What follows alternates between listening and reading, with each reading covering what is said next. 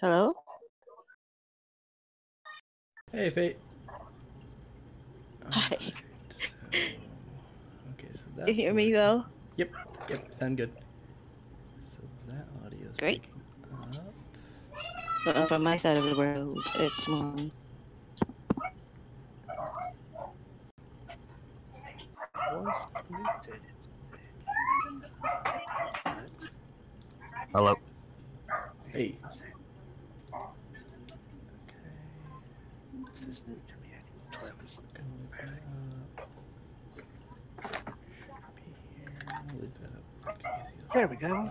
Change settings. Gonna make sure it picks us up this time, Spicer. Yeah, that's I'm double checking everything to make sure it's picking up audio.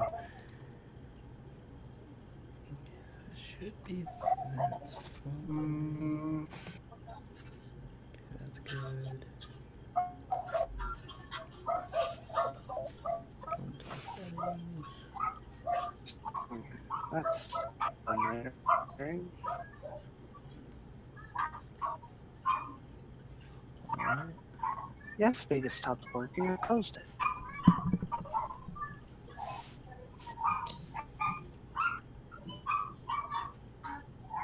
Here, doggo. Why is it doing that?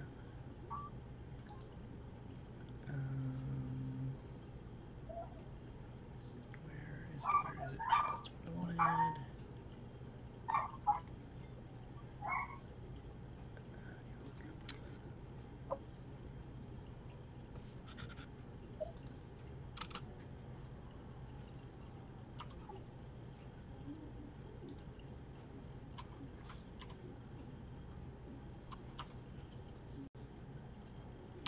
Okay, so that does work.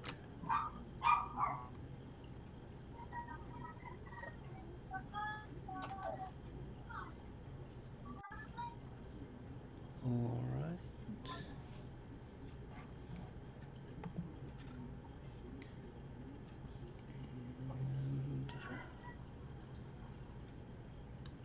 And all right, let's make sure. All right, so that's still picking up. I presume that I'm being heard. Yes. Yes, I can hear you guys. Okay. Cool. That's what I needed to hear. Okay. That's going there. All right, we'll wait just a couple more minutes. Well, I guess we'll probably end up waiting a little bit longer than that to see if anyone else is going to trickle in.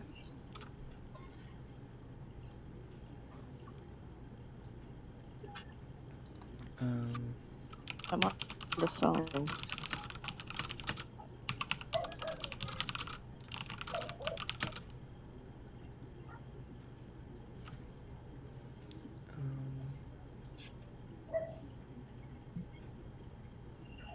Can you still hear me?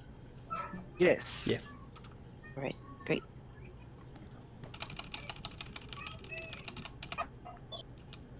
Probably should have picked a better. That would probably be a better idea. I'm gonna change that.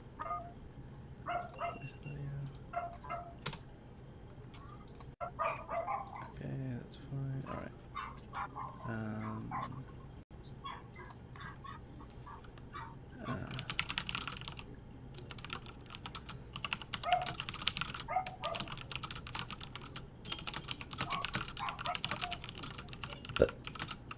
I wonder if that picked up.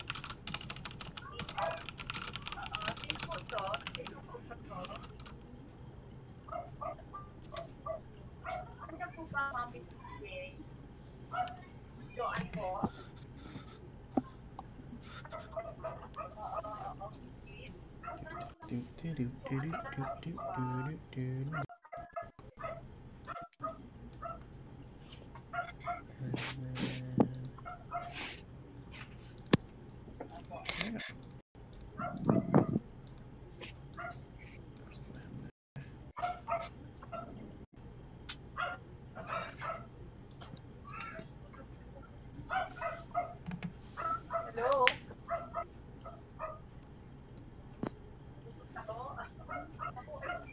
Sayang po kasi ang araw.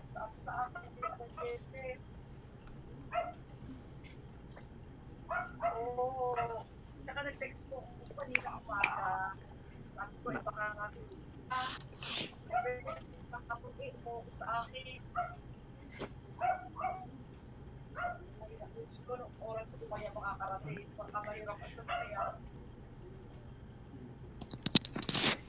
Paalis tayo. Paalis tayo. Paalis po kami ng alas 12. Oo. Missing talaga po at aking kakausapin.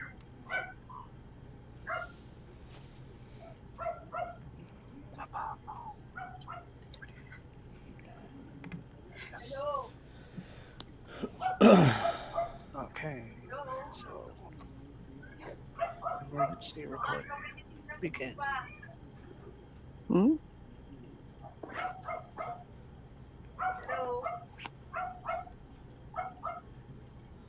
Alright, we'll get started here in just a second. Okay. Yeah.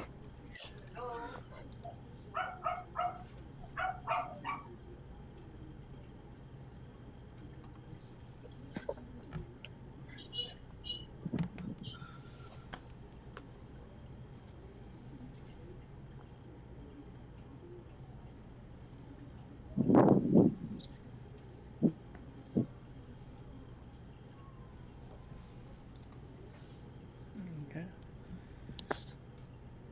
My mic too loud? Nah, you're good. Sounds fine. It's okay.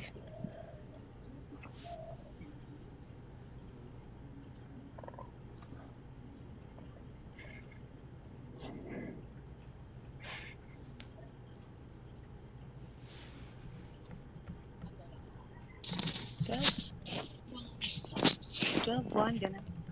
Kasi pwede ko.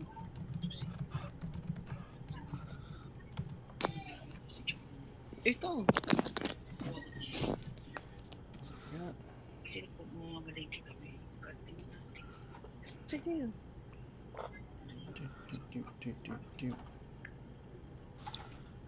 It's up to you. Pwede kang pa. Saan? Dito? Sa baba. Sa baba, isasampay na yan. Teka muna. Ayos na yung flower.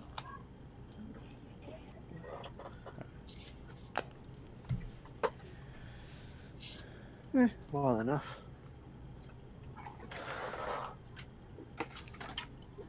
Alright, we'll go ahead and go live. Okay. You double check the audio, right? Yes, I made sure. Don't worry, I've got a backup recording going for you. All right. There we go. Someone, just in case. Someone's at my back. Just in case crises occur. Hey, that's good. Alright, and we are live with the Gunpla Youtubers podcast, kind of behind the scenes podcast, and more people should hopefully be joining us over the span of the podcast, but we'll go through our introductions, and we'll go ahead and start with Boomsy. Hey guys, it's Boomsy. You may know me from doing some reviews on YouTube. If you haven't checked out some of those videos, I'd appreciate it if you did. Just a small-time YouTuber right now, and really excited to get into the podcast. Alrighty, and next we have Foxy Fate. Oh, hi. Hi, everybody. Fate. You can call me Foxy Fate from my Foxy Fate Presents channel. I do Gunpla reviews as well and some other travel videos, but what can I say? I'm currently working on a project or an entry for GBWC, but that's it for now. So, hi, everybody. Awesome, and next we have Access Communications and Entertainment. It's your boy Zappa, professional stage ninja from Colony Drop Cosplay, and I run and edit and do all the fancy stuff for the channel Access Communication and Entertainment. And that rounds us out for our current cast. Hopefully we'll, like I said, have a couple people joining a little later. They just got a little tied up. And lastly, I'm Thespicer, and I also do stuff, videos and such. So, the first couple things we'll kind of go through what we did last time that I didn't end up recording. It's okay, Spicy. I'll make up for it Yep, one day. yep. One day. But I wanted to go through everybody's current projects that they're working on, and kind of Foxy had talked about hers a little bit, and some of the side projects we're working on. But once again, we'll go through the same list just to make it easier on me. And Boomsy, why don't you start us off? Right now we're working on the Super Femina Axis Angel. Gonna try to get that up. Just finished Oh the no. yeah, Waifu. yeah. I have a constant waifu series, which I'm gonna get them all, even though they're bad. Or some of them are good. Okay. Just finished the SD Cross Silhouette Zaku as well, and then got the RG Sazabi, still working on that. And aside from the Gunpla for the channel, been trying to get more gaming up there for everyone, as well as another series where I'm doing like a little bit of traveling and everything like that, going to some nerdy spots for everybody to see around town or even out of town, and trying to share a little bit more about myself for the fans. Awesome. Great stuff coming out. And next we'll jump to Fate. Yes, hi. I was just telling you a little bit about what I did earlier, or what I'm currently working on. Actually, while waiting, I was top coding some parts of the entry I'm building. So it's a Leo NPD, and I think I kind of made a boo boo right there. I'll see what happens later when it dries up. So, what can I say? It's an entry for GBWC. It's a very ambitious project. I haven't shared with you guys a diorama thing I'm working on, but I might share a little picture of that as well in a bit. I am planning on covering the event for, like, making my own cover for the GBWC this coming October. So I'll be sharing that to my channel definitely. Side projects, well, I still got the Nobel Gundam, still in the works. So another, well, is it gonna come up as, does it come into the waifu category? I'm not sure, but Yes, it that's what I'm waifu. working on. There you think so. go. Okay, we love waifu. Okay, so there, I'm gonna be doing that because I'm gonna customize that definitely because I'm planning on making her my assistant on the channel. So you'll see more of. That'll be cool, and it, we'll inevitably start a waifu war probably at some point on accident. So. Oh yes, we'll have a waifu based theme going on in a bit. Yeah, everyone's gonna be like, no, we want this waifu now. We want this waifu now. As it would. You have to explain it. Oh, sorry. You gotta do. Sorry, go ahead. Oh, you're good. You're good. And lastly, we've got Axis Communications, or we've got Zappa. What are you working on?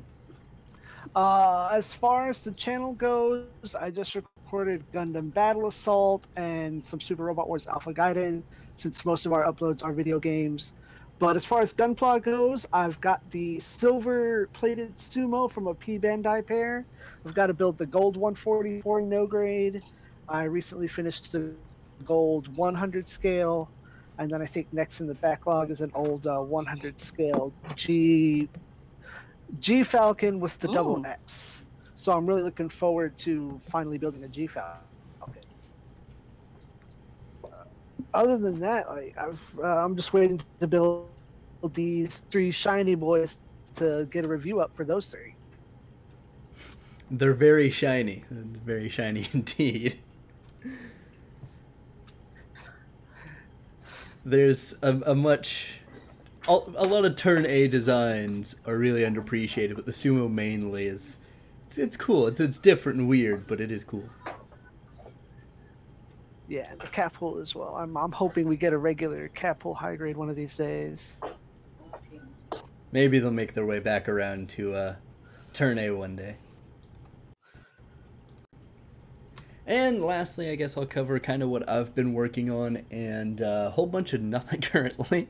As far as Gunpla goes, I do have the M9 Gernsback 1/60th scale Bandai high grade equivalent, and I've got a Kotobukiya frame arms that I still haven't built, but right now I'm actually kind of trying to pare down my display because I don't have a lot of space, so I'm trying to figure out what I want to put up and what I don't. Going back and touching up some customs, and I might end up turning the real grade Endless Waltz Wing Gundam into a custom because I kind of hate it currently. So, but to be fair, I'm comparing it to the Talgias, so it makes sense. Outside of that, I've got some video reviews for some Robot Damashi coming up. I know technically not Gunpla, but Gundam related nonetheless. And I've got some blog stuff coming up for those shitty Gundam parodies that I continue to make for some reason. Hey, as long as you have a passion for your work, I say make them. They're at least occasionally entertaining, Trite. I won't lie about that. So, now that we've kind of caught everyone up on kind of the ins and the outs of our channels and kind of what we're doing, I figured we'd go through and talk about the goals that we have for each channel. Regardless whether you're looking at sub counts or different analytics as far as retention rates, or you just want to try to branch out and do some new stuff. And just to once again keep it in line, make sure that this is easy for me to switch between. Boomsy, why don't you start us off? Well, I mean, I definitely want to take down Pewds if I can. No, I'm just kidding. It's really not about the subs or anything. I do it for the community. I do it mostly to make sure that people don't buy terrible kits that end up, I end up getting on accident, and then I'm like, oh my god, this is terrible. But I mean, I would take anything as far as growth. We do have a 200 subscriber goal right now, and then we're gonna do a giveaway for that one. So there'll be a video coming up for that fairly soon, and that will be a $50 gift card to Gundam Planet. Awesome. Killer prize. And Fate, what about you? Let's see. Well, I really hope I can upload more videos on a regular interval, especially videos that are Gundam related. So I'm really aiming for that, just getting it on momentum so as to really also reach out to more people. Just like Boomsy, it's really not much about the sub count, although that would be fun to see grow too. But I am hoping to do more collaborations because since working on my Gunpla reviews, I've had people have started reaching out to really be interested in making collaborations. Some from different realms, like the cosplay community. I have a friend who's interested in making a collab because she's a cosplayer as well as a Gundam builder. So I'm really excited about that. And another guy that should be ready for a collab maybe next week. So that's something I'm really interested in because like building the network and meeting more people who are interested in this hobby is really, really good to do. So that's my aim for this year mostly. Hey, I'm a cosplayer. We can talk about some stuff later on. Oh, I'd love that. I mean, I'm not a cosplayer, not yet at least, but it's always been something I'm interested in. So yeah, bring it on. Yeah, totally. Definitely a huge portion of kind of why we all do what we do as far as YouTube and other platforms is to build that community. It's cool to see those collabs start to kind of happen and everything. It's always an exciting time. That being said, what about you, Zappa? What are your goals for the near future? As far as goals, at least just for the channel, I'd like to hit 100. That way I can get my custom URL, and that's the only goal that any of us in our group have any ambition for, because we're small and we spend most of our time working on cosplay, and this is kind of the creative outlet outside of cosplay, outside of our Facebook group for Gunpla and for our cosplay group. So it's for the channel, we don't have a whole lot of goals. I would like to finish games that I've never finished in the past. So as far as Gunpla, hopefully I don't get a backlog more than 30 before I start making progress on it again. Oh no. Those backlogs will get you. Backlogs. I just bought 2 more today, so I'm not really helping the situation.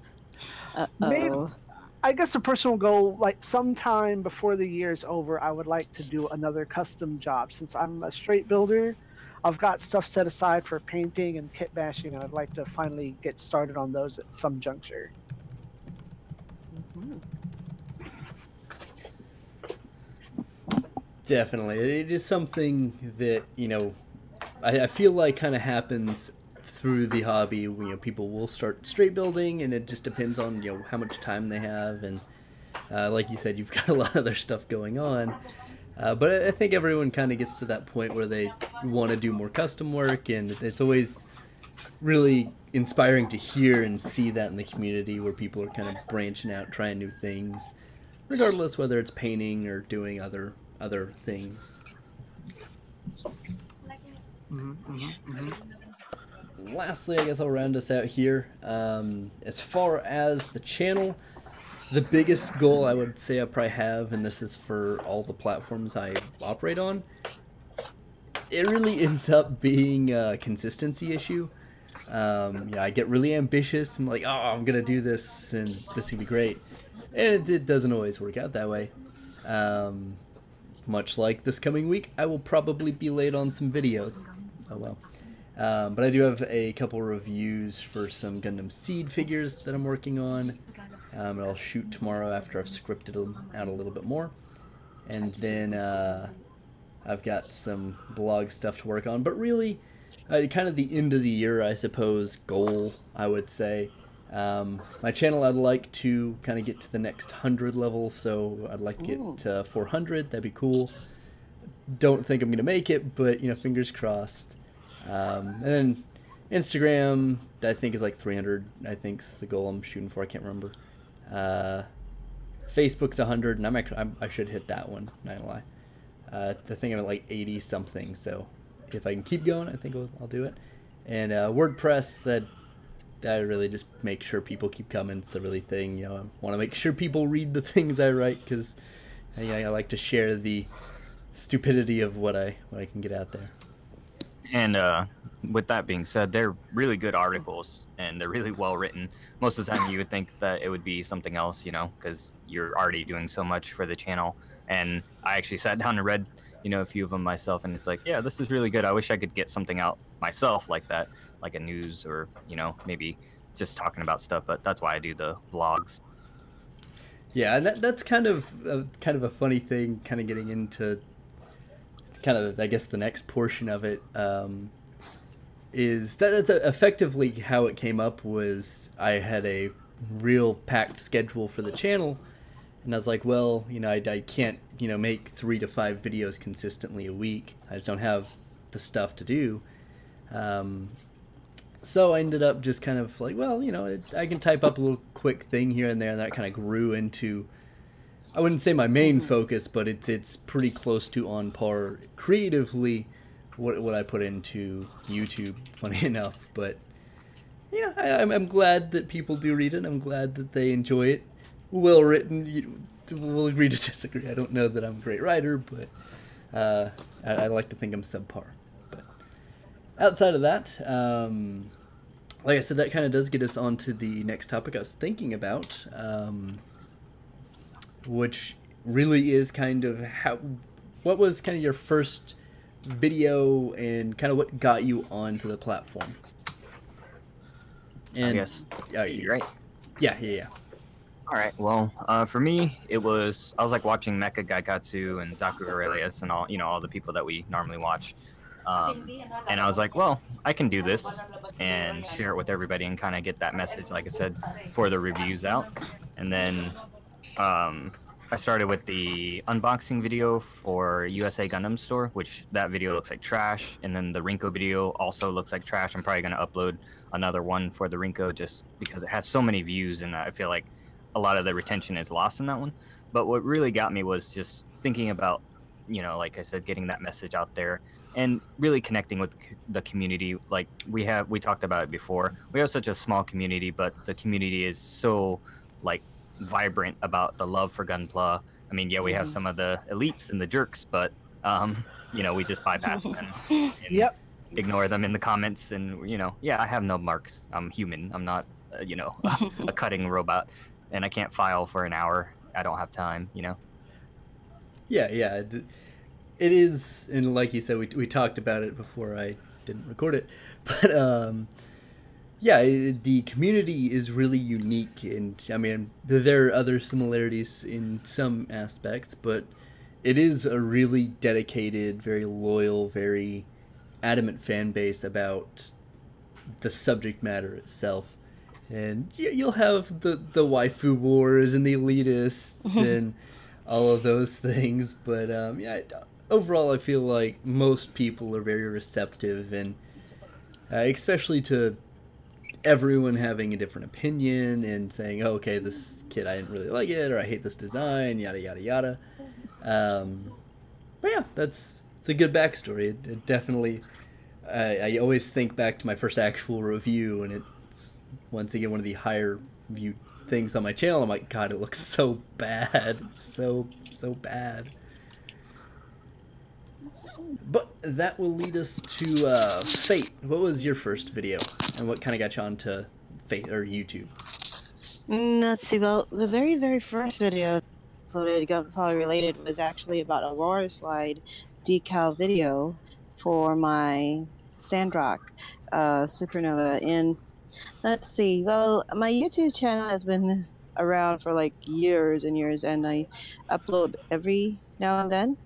But what got me into uploading a video for YouTube is really just my interest in learning more about the hobby, like getting better at what I'm doing. Like, for instance, a water slide decal tutorial was when I was doing my very first MG, and that's when I also did my first application of water slide decal. So watching YouTube videos like the greats that you've mentioned, it really helps a lot of us in the community to learn a lot. So I guess I just wanted to share what I'm learning, and from a newbie point of view, because I'm also starting. But that's it. So after that, I've had some unboxing videos. I don't have a lot of reviews yet, but I have a lot of unboxing, a lot of covering Gunpla related events, and I hope to have more reviews later on, but I guess I'm not yet too well versed, I guess, in the Gundam universe, like all the series, to really say a lot about the kits that I build, but that's also in progress, so baby steps along the way. That's definitely, you know, how it goes. Is you learn a lot along the way. You pick up different things, try different videos, and it is cool to see that progression through, you know, the first video to the second video to the 50th or however many, you know, people end up uploading. And water slides are a great place to start, because I'm terrified of water slides. Yeah, I'm not touching those things for a long time. I love water slide decals. It's fun. It's very therapeutic for me. I'll go to a water slide park, but I'm not going to put those on my models. Oh, there you go. I feel like the water park is probably a little more relaxing. I guess it's an acquired taste, you could say. I got you. Kind of like an organizational style, just kind of a nice calming thing. It's true. Well, that leads us to Zappa. What was your kind of first video on YouTube, and what pushed you onto the platform? Our first video, and our channel's not even that old. We started September 1st after we got everything set up. Our first actual video wasn't about Gunpla. It was me and my roommate talking about our favorite Gunpla on our pilot episode, as is the pun. So walang laman siya nung nilagyan doon. It's a good pun. I like that one. Yeah, but my first Gunpla video that went up 2 weeks later was how to affix stands to the old G unit kits and all the modifications that went therein. Ah, it's definitely a worthy video to make. Yeah.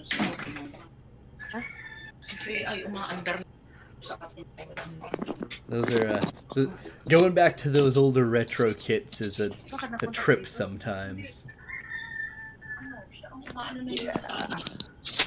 Like, I got the first one because my dog had eaten my original one back when I was younger. And then I guess there's just like a resurgence and a reprint of everything, so why not get the full set? There you go. Might be a completionist at that point. Unfortunately, I am, yes. It's a good thing and a bad thing all at the same time. Yeah. Absolutely. I have my limits though. I can settle for one kit per series at least. That's probably a pretty good, standing. Just pick your favorite, and there you go. You have a good representation. Well, I guess that kind of leads into, once again, me rounding us out. And my first video was actually a contest entry video, which is still there, surprisingly. Did not win the contest, funny enough. But after that, I did start doing reviews of Robot Damashi figures and Mobile Suit in Action figures. And through that, I ended up getting into Gunpla, and I think like 2 years into the channel, I started doing Gunpla, so it didn't start out that way. And definitely super rough. I still have some of those kits, and there are nub marks aplenty. I can still see them.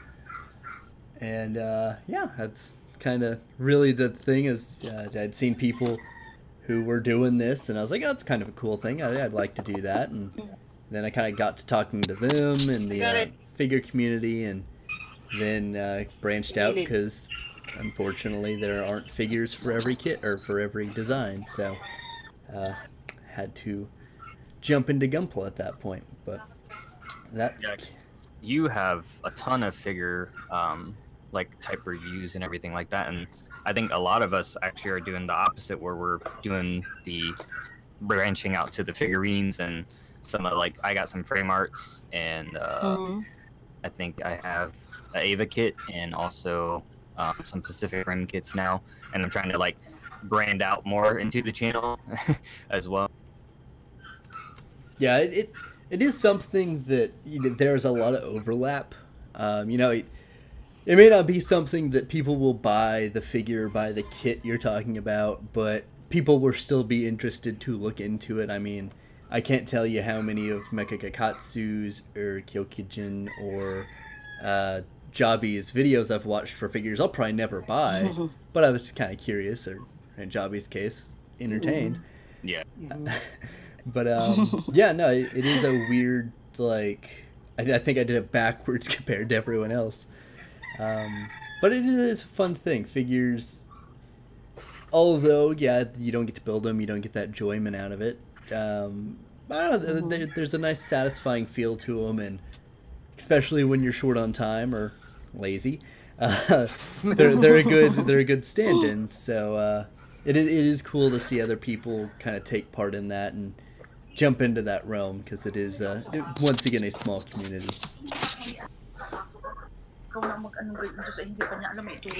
But since we're about halfway through the topics I had, I thought I'd open it up to the floor for anyone who has topics relating to the YouTubes or creation, analytics, or just Gunpla in general. Yeah, I would like to do a little quick shout out to a small YouTuber. Also, anybody listening or catching up on the archive podcasts, please check out everybody else's channel if you support mine or Spicer's or anybody, Fate's channel, and show a little bit of love to everybody, because we're all trying to get to certain goals. I actually want to throw a link here in the chat. Hold on a second.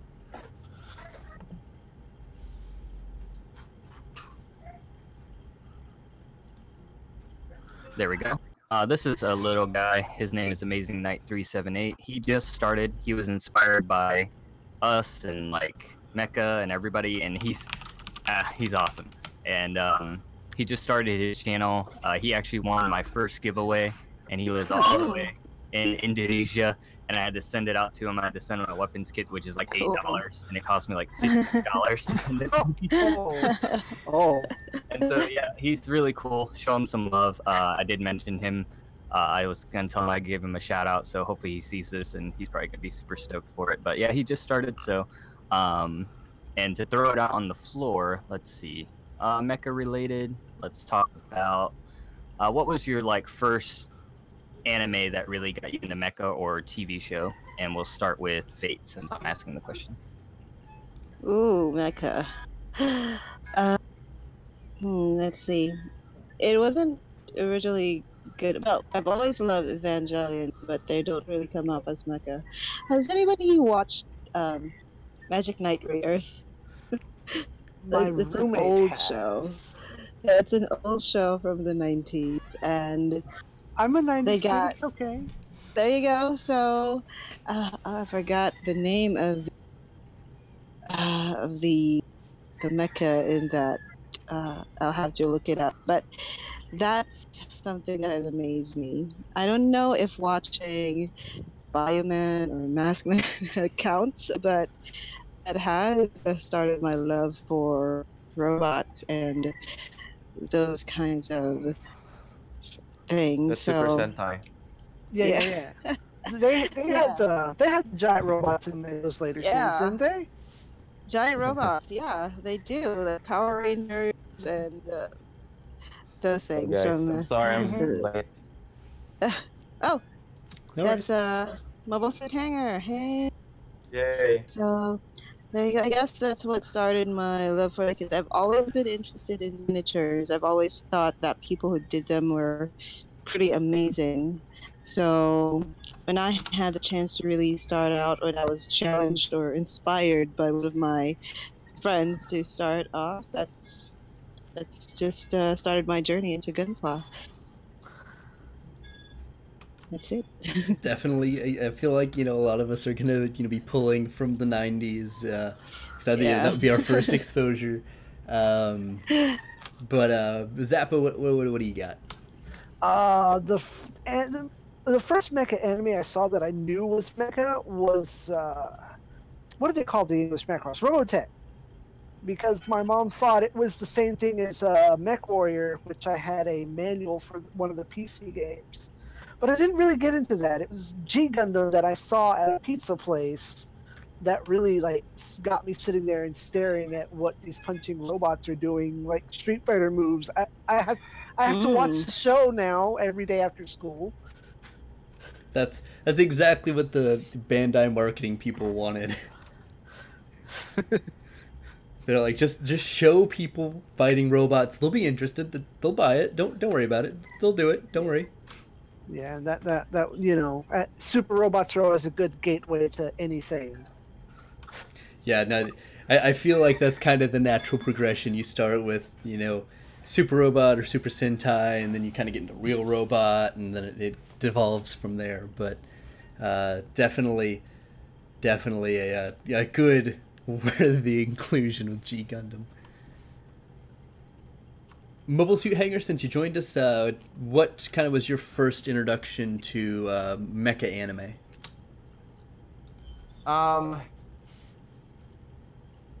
Yeah, it's also from the 90s. It's Pat Labor. Yay. I know you guys are familiar with it. Yes. Yeah. I'm not actually, but we have the DVD sitting on a shelf. I've just been lazy. Oh. it's a really cool show. I used to watch it in the afternoon. It was aired here in the Philippines. When I was still in elementary school. So yeah. It was really nice. And then of course the iconic Gundam Wing. Yeah. But of course the first Gunpla that I got was Gundam from Gundam X. Anyway, but yeah, Pat Labor. Woo. That's definitely a good place to start. Yeah. And the list goes on, you know. Pat Labor, is that Raijin Ol? Are you guys familiar with that? Raijin I've Ol. heard it. Is that one of the Braves? I'm not sure, but Like Gal is that- Gaigar and the one that was the trains that came out in Robot Wars VNX. yeah, I mean it's the same theme. Okay, yeah. So these kids would, you know, would turn a school into a command center. Yeah, and then yeah, it's a three-part mecha, and they form a. It's like if you guys are, well, of course you guys are familiar with Tryon 3. Yes. Yep. The fighters. Yeah, So yeah, I'm looking over at yeah. it right now. it looks like that, right? You know. Yep. And of course Macross. Yeah. Okay, yeah, and of course, yeah, everyone's got a little Robotech or Macross, depending on where they were at the time. Hell yeah. Yeah. Everyone loves those Valkyries. They can't get away with it. They're great. Exactly. So I guess I will. I guess not round us out. I guess I'll go next because Boomsy. I guess you'll be the last person to go. I guess my first. It's a weird two-part answer because my first would be Gundam Wing back in the 90s, as most 90s kids in the North American region were treated to first, and then I think G Gundam came after. I think it was reversed for, I think, Japan, Philippines, and Korea, maybe? I'm not sure. Yeah, G Gundam came out first, and then Gundam Wing was the next series after it. Okay, I knew there was a weird thing that was backwards where you were, like, depending on where you were.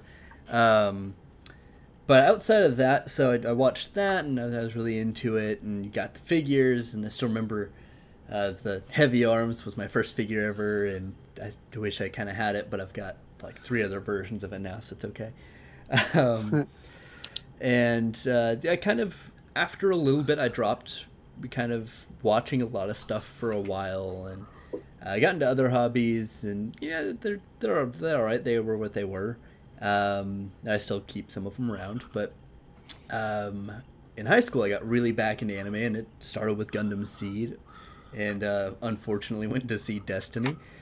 But it really got me back on to going into that, and Code Geass was really the next big step after that. So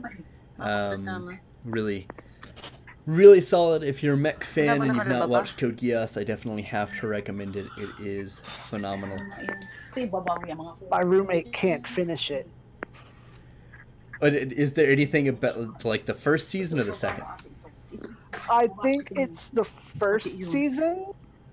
It's the whole Yuffie thing.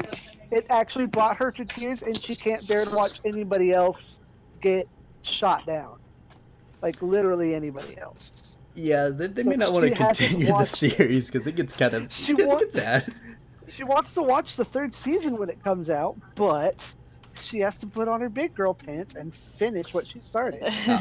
Easy fix. Just watch the movies because it's what it's based off anyway. The new ones that just came out. Yeah, they actually just did recap movies that changed a couple of things for the 3rd season. Okay. There's only one major plot thing I believe it changes. I've not watched them myself, but from what I've heard from other people and what I've read of the summary, plot summary, it changes one thing from the 2nd season, but everything else is pretty much the same. Okay, that'll shortcut things. Yeah, it'll cut out the unimportant arcs that you get forced to go through in that show. But that leads us back to Boomsy. What was your first introduction to mecha anime? Oh man. Well, it started out with the Super Sentai. I really like Power Rangers, but I enjoyed seeing more of the robots than the actual Power Rangers. And then I fell in love. Like I always loved space and like everything like that. I wanted to be an astronaut when I was little. Obviously, that didn't happen. But I always loved the design of spaceships, and that kind of like morphed into mecha. And so, playing video games, there's a game called Einhander, which is an old SquareSoft game. Yeah. And I got that for Christmas, and I absolutely just became infatuated with it. And I still own the same copy that I had like 25 years ago. And so I started playing like R-Type and Ikaruga and all those things, and then I started getting into anime, and I started with Bio Boosted Armor or Bio Booster Armor, the old one, Guyver, and then yeah. also Tekkaman, if you guys remember that. Yeah. Mm-hmm. And then I just started watching Gundam, and I was like, whoa, this is crazy. All these like underlying messages about how, you know, ugly war is, and it's like truthful, but you know, it was an anime. It was a lot different than watching Goku power up for 20 minutes or some of the other ones, you know, like everybody's just super strong and everything. It was more about, yeah, this pilot's good, but he is also kind of a jerk, but this guy's cool. And, you know, like everybody either loves Amuro or Char kind of thing. And yeah, that's really what got me into it. And ever since then, I've just been hooked. And I used to draw a lot of mecha. I do a lot of drawing and stuff like that, but I fell out of it because I got into a lot of horror art. And I'm getting back into drawing mecha. I actually do all of the artwork that you see on my channel, whether it's the logo or the banner and everything like that. Awesome. Definitely a very similar story. Definitely, you know, a lot of people. Yeah, I feel like the answer would be Gundam Wing, but it is cool to see you going back to Square games and just other things that went through there. Yeah, it's cool to see it start from anime or it start from video games or kind of, you know, how that works, because it's a little different for everyone, which is pretty cool. But let's go ahead and open it back up to the floor. Does anyone else have any other kind of questions or talking points they'd like to talk about? Well, since we're to tie back into what we were just talking about here, seeing how a lot of people like how their first mecha anime started, I had the idea for a couple of videos at conventions, and I went ahead through with them, even if they're not popular, it's fine.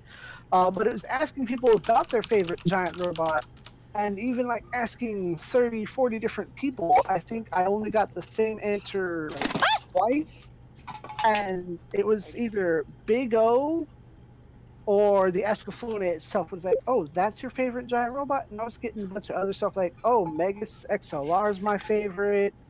I got some like super obscure old stuff that I was surprised to hear someone said like Getter Liger was their favorite. Not Getterobo, but Liger specifically was their favorite. And it was really cool to go through that little interview style video and hear everybody give such a wide array of answers rather than, oh, my favorite's Gundam Wing, my favorite's the 00. It's like, oh, there's actually, people have a variety. You just never get to hear about it. Yeah, it's that thing of, I can't remember who it was. I had done a series talking about kind of the death and rebirth of mecha anime. And it is cool to hear that, you know, people still remember designs from that long ago that made that big of an impression on them. Mm-hmm. There's definitely a lot out there people just don't think about. I mean, now, you know, we're pretty much just back into the Gundam being really the main only one. I guess Darling in the Franxx was kind of the last one. As far as like big names go, yeah, like there hasn't been like the big mecha show since what, Gurren Lagann or Code Geass? Yeah, pretty much, yeah. I mean, because even like the Evangelion movies, they're movies, so they don't really count in that category. And Eva never dies, really, so. Yeah, and who knows what's going on in the movies we just watch because we watch. And we're waiting for Kensuke to get in the robot. Yeah, pretty much. It's what's the next curveball that we're just gonna be like, why is this happening? How did this go off the rails this hard? Like, we thought End of Evangelion was off the rails super hard, but this takes the cake. How do you guys feel about Darling in the Franxx? I'm impartial to it. I enjoyed it, watching it at face value, and I got exactly what I wanted out of it. Studio Trigger worked on the animation or the story, or they had their hands in there, and they are known for taking things to space. And that's exactly what I got, and that's Sige, exactly sige. That is definitely it. You had to go into it knowing what it was going to be, and that's kind of why I also got into it. Was like, oh well, I like Studio Trigger. You know, we've got Gurren Lagann, technically not them specifically, but it was what they did at Gainax, and Kill la Kill and Little Witch Academia. So I was like, all right, well, I'll give this a shot. And I think I'm like 3 episodes from the end, and I already know what happens. I'm like, yeah, I'm not gonna not watch it, but I'm probably gonna wait until I have nothing else to do. I don't hate it or anything. Just like Boom said, I'm kind of like, it's there. I'm all right. It's cool. Yeah, I'll catch a model kit when that comes out. See what other brands outside of Bandai really do, since I think all I have are Bandai kits right now. I'll give my unpopular opinion about it. Okay. Basically, when I was watching it, I had a hard time like staying focused in it because, I mean, I watch like comedy HA and like hentai or whatever, like just it, and then like even this one to me, it felt like it was like trying to be Ava. Maybe I just have too much respect for Ava, and then it was just like very overly sexualized, which is weird because I love Kill la Kill. And then like I was just watching this, I'm just like, what the hell? I think it's and this is a weird conversation to have, but when I talk to people about Kill la Kill, because it's one of my favorite, I love that show to death, Satsuki-sama for life. But Yes. yes, but it's that thing of after a while and fairly early on, the over sexualization that really happens in that show kind of beats you over the head with it so much that it kind of becomes normalized and you get desensitized, and then it just kind of starts treating it less and less like it's a thing. Whereas Darling the Franxx never addressed that elephant in the room, where you've got this kind of weird pilot situation, which it wasn't a huge problem for me. I did there a lot of other weird things I've watched. Like I'm going back and rewatching High School DxD at the moment, and that is infinitely worse. But it is from a technical standpoint. If it were just a pure mecha show, it would be a lot weirder. But since it's a Trigger mecha show that's kind of skimping on the mecha portion, it makes more sense, I guess. Yeah. I've heard a lot of that stuff before. It's just, like, I really appreciated that they spent a lot more time like with the interpersonal relationships and everyone. And I can see where people don't like it, or if they walked in, I wanted a giant robot show and I got all this drama. Why all this drama? I was like, no, I appreciate both sides of this, but I'm very basic. I can watch something at face value, enjoy it, and then move on to the next thing, and not realize it's Strike, which is just full of fan service, and enjoy it for the actual plot, what little of it there is. That is the exact same sentiment I have on High School DxD. I love the stupid plot, and like the first time I watched it, I was like, okay, anime titties, that's cool, but after that, I'm like, I actually really like the plot to this, and I feel very uncomfortable watching this now. I don't want to keep doing this, but here I am doing it again, so I can catch up. But God, I love that. Like the plot it's such a cool world. I'm not gonna lie, it's really like I finished the first season when I should have been watching the next 10 episodes of Turn A to keep myself on schedule. But whatever, it happens. It's good. Yeah, I was like that with both Monster Musume, which is hilarious, and Prison School. Just like it was so over the top with the ecche, and then it just like faded away, and then I was like, man, this is hilarious. Yeah. After a while, you just kind of stop realizing it until someone else walks in, and you're like, oh God, what am I watching? Just working on YouTube. Hey! What's up, man? More. Sorry, a little bit late. Hey, Brian. This is acceptable. No worries. Yeah, I went to the gym. Had to blow up some steam. Ooh, getting swole. Yeah. It's important. You got to hit the gym. You can't skip leg day. I don't know other gym terms. I don't hit the gym often. Make a turn A joke. Make a turn A joke. Ah, dang it! I should have made it. All I heard at the beginning when I got in is hentai. It's like, what the hell's going on here? Sorry, that's me. The podcast is taking an interesting We were turn. only talking about Darling in the Franxx. You didn't miss a whole lot. Okay. Oh man, this is just getting interesting. You picked a good time to pop in. So, Yeah. well, with Brian in here, do you want to do a little quick introduction about your channel and what kind of got you into mecha, real quick, for everyone out there? Okay, so my channel name is Raid13. That's actually my Gundam channel. I actually do unboxing, time lapse, and reviews of mainly Gundam plastic model kits. But I do have other things as well that I'm planning on introducing into the channel. I got into the mecha when I was very, very young. Actually, the first mecha that I actually watched was actually Voltus 5, Daimos, and afterwards Gundams. Man, I would love to watch Daimos. Oh man, that is an awesome series. I love it. And as an adult, when I moved to Canada, my Gundam addiction started. As my first kit was Ale Strike Gundam, official. Ah, yep. Yeah, there's always a good story starting with it's something with seed. Yeah. Yeah, actually, I got more interesting situations now regarding seed, especially with micro.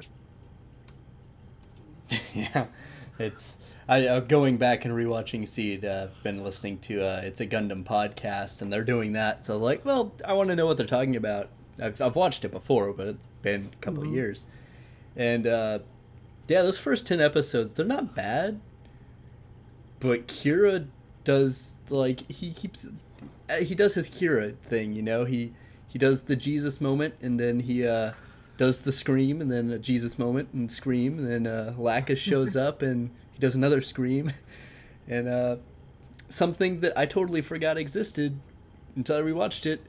None of these ships have locking doors, apparently. Like, it just doesn't exist. People leave the room whenever they want. It happens. There's no prisoners. Yeah, wow. Actually, you know what? You're right. Yeah, no, like, it only comes up like 2 or 3 times in the first 10 episodes, but no one has, like, these military ships that are super expensive, because it's not just the Archangel, cannot lock anyone in the room. Wow. Just wow. Universe with no locks. Oh, well. Hashtag where are the locks. Hey, Spicer, jump into the Discord chat and show everybody what we're laughing at. Oh, yeah. Give me a second. Yeah. Oh, man, I'm looking at Hirayamato. When did he turn into Hero? What the hell? Accurate. This is very accurate. This is the Kira does things, you know. He fights people, he screams, fights more people, he screams again. Hirayamato for Smash. Yeah, where's that hashtag? Make it happen, Nintendo. That and Bowsette. Nah, see, that's what we need in the story is Bowsette and Kira. That's what he's screaming about. Yeah.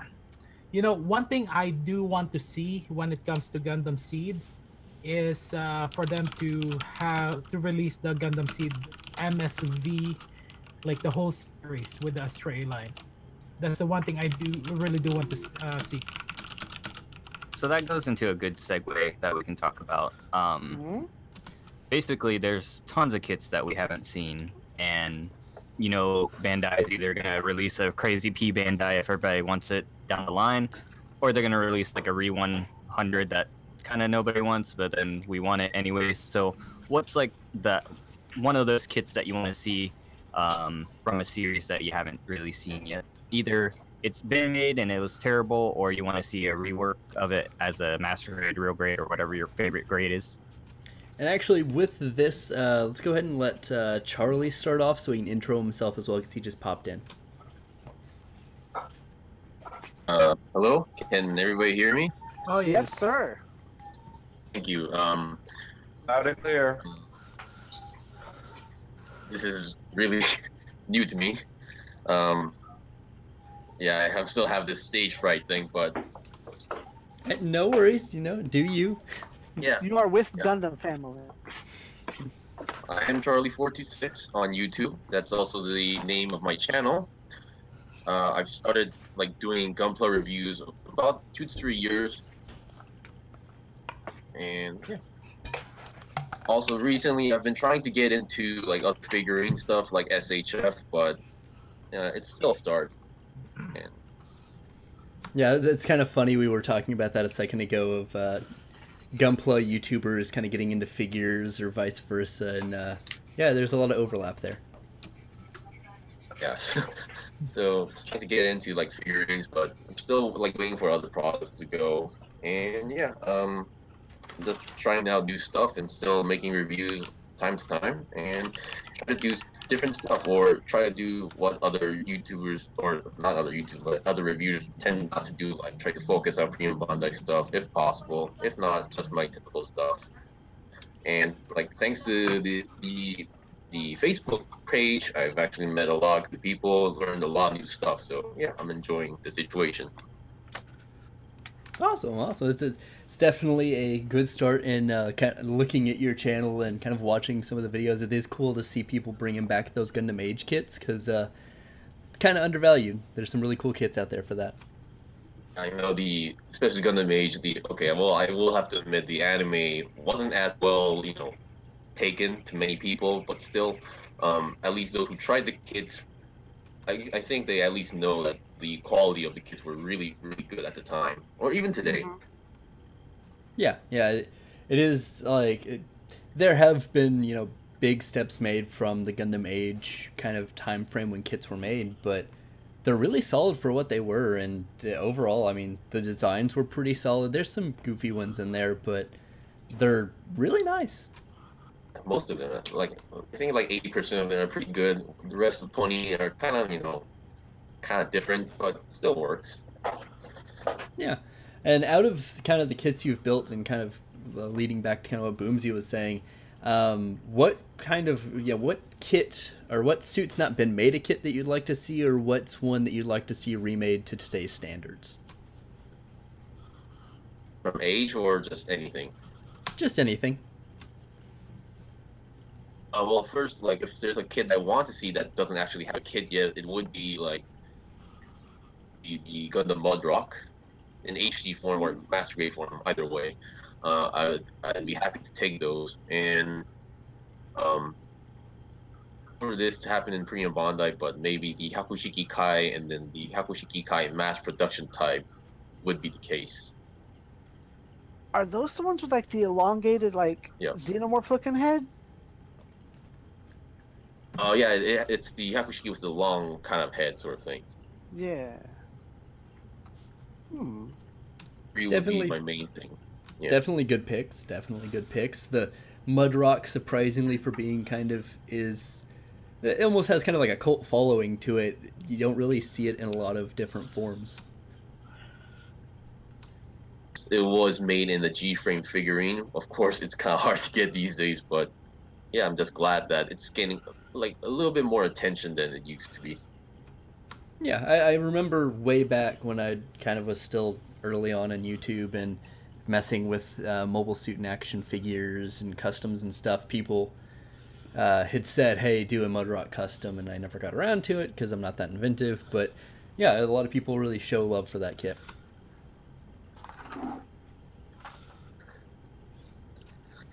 Alrighty, and we will go ahead and jump into Brian, what are your thoughts on this? About new kits or remakes? Yeah. What suit's not been made, or what suit would you like to see remade to today's standards? I want to see the Providence Zaku in the Gundam Seed line. That's the one that I actually want to see made. Actually, the whole Zaku Warrior line in the Seed the Seed series, it will be really nice to see a revive versions That's of actually Seed. Hmm. I know a lot of people doesn't like Seed, but that's how I fully got into the hobby. So it will be really nice to see some grunt units that are up to date. Yeah. Yeah, Yeah. that's I definitely- I can appreciate that. Yeah, Mhm. were like the seed kits were kind of like, you know, they felt like they were very rushed made. I think. Yeah. yeah. I mean, it's kind of funny because I had asked the Robot Damashi group on Facebook kind of a similar question of, what line or like what series would you like Bandai to go back to and try to revamp, because the Robot Damashi seed figures are hit and miss. Some of them are really good, and then some of them, it's like what happened? Like, infamously, the Strike's head's probably the stupidest head sculpt of anything I've ever seen. It's awful. But yeah, no, the seed kits, because there's such like a vast universe of design for Seed Destiny, the offshoot storylines and everything, that there's a lot to play with there. And then if you just make like a base like Zaku Warrior, that's just an easy remold to have, all, 13, 17 different variants of it. Like, I know I just make up a number, but that doesn't mean I don't appreciate a few of those. Yeah, I mean, you could even just, sell it in a couple of base colors, make 1P Bandai, and then just sell the rest. Like, the actual packs is accessory packs, kind of like they did with the Tilt Rotor. And yeah, that's kind of, shitty, but at the same time, like, like you said, if there's 17 different variants, I may only like 3 or 4, and, it'd be easier to do it that way and get the custom color scheme you want. Yeah, and especially if you start selling the packs separately too, then that's just, more work for custom builds. Yeah, and the way kind of they've been pushing build fighters, build divers, all the build packs and all that, I think that would make sense for Bandai. The weapon sets from IBO. Yeah, it's a very similar concept. Yeah. Just kind of better, because some of those had accessories that have been nice to have with the kits. Like, why on God's green earth did they throw one Vidar hand in with a set of weapons? Like, that one piece was too hard to put on the runner. God, Bandai, why you do this? All right, Zappa, same question to you. Well, you'll see in the chart that I already did a video about this, but like, genuinely, I do really want to see a high-grade Capel, and there's, little to no reason why we shouldn't get it sometime soon. But like, just to really building off that, I want Corrin's Capel, the red one with the big splashing hammer. Was the mallet thing. Yeah. See one soon, or at least the base Capel, and then, well, from there they can work their way on making variants, I guess.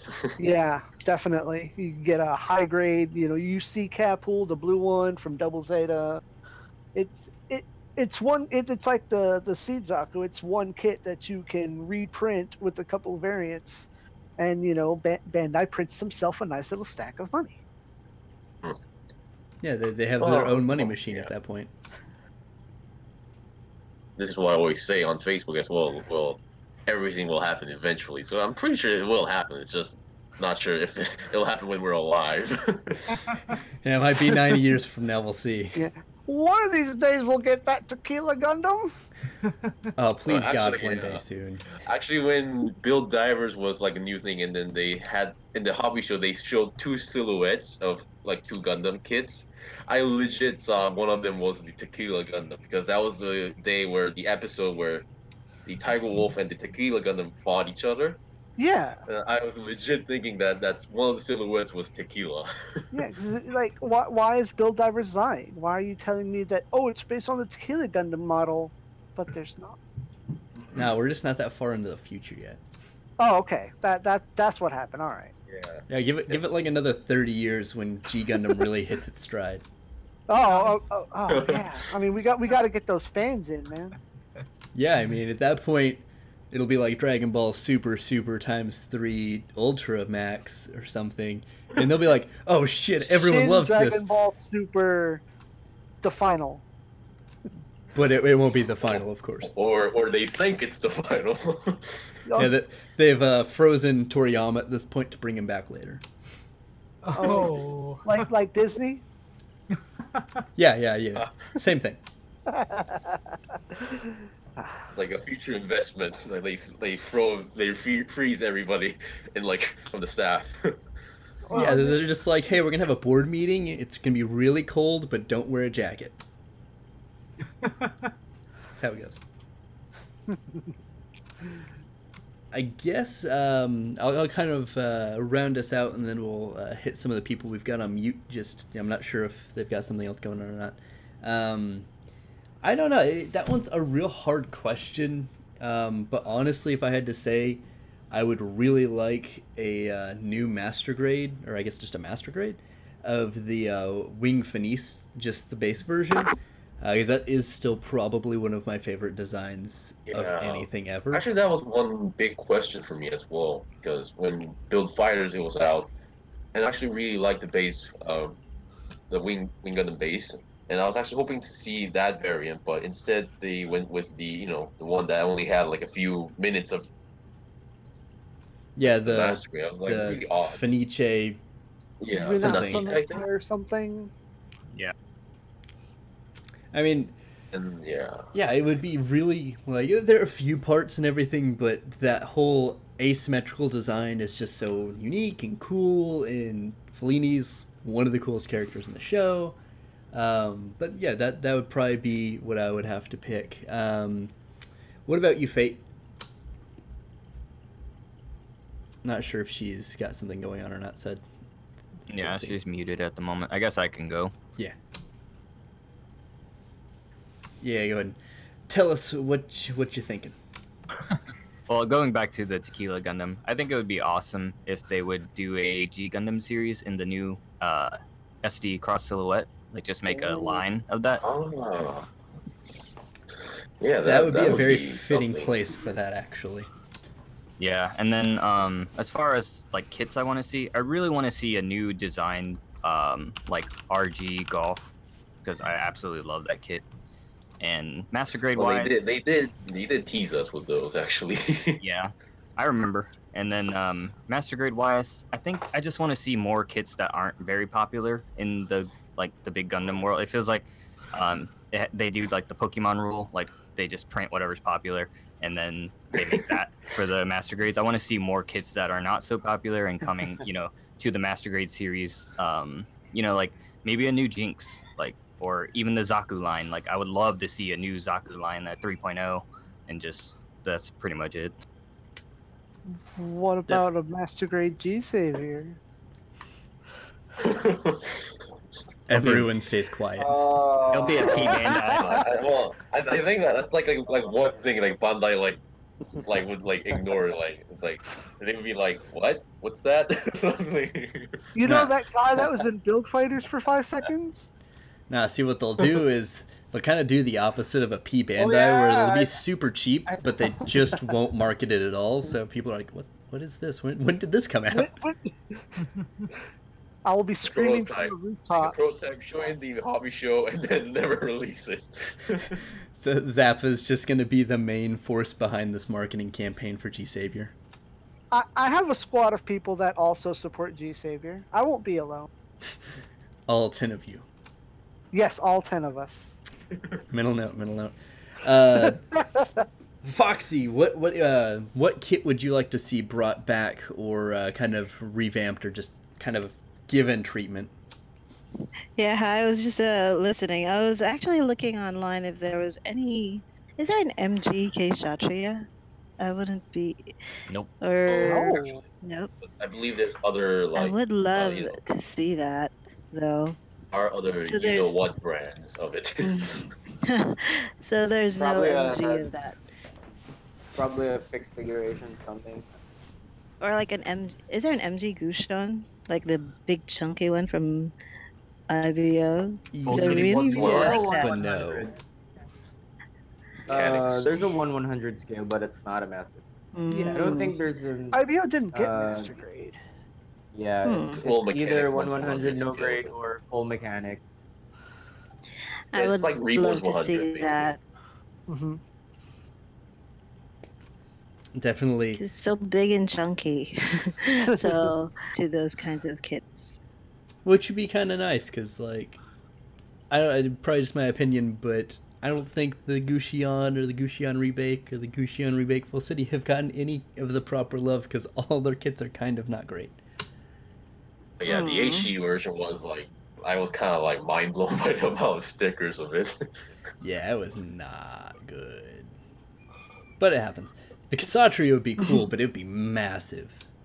Yeah. Yeah. It should Wouldn't be that bigger be than the amazing? Sasami. Yeah, I think. Ooh. Oh, yeah, it did. Yes. It definitely would be, I'd assume. And Yep, that yep. will drive us into the Mobile Suit Hangar. What would you like to see?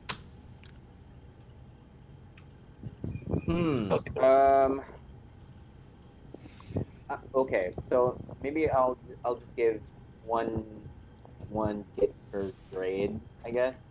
I would love to see an HG Taurus, a transforming type, you know. Ooh. Oh. Yes. So since we already have a Leo, I think it's time to get either a Taurus or an Aries HG kit. HG, okay. Yeah. And then for the real grade, I would love to see a Gundam Leopard Destroy real grade. Since again it was my very first kit, and I really missed that kit. And for the master grade, let's see. I think one of the I know you guys are familiar with those Gundam Seed no grade kits, 1/100 kits. The either one of those, the Verde Buster,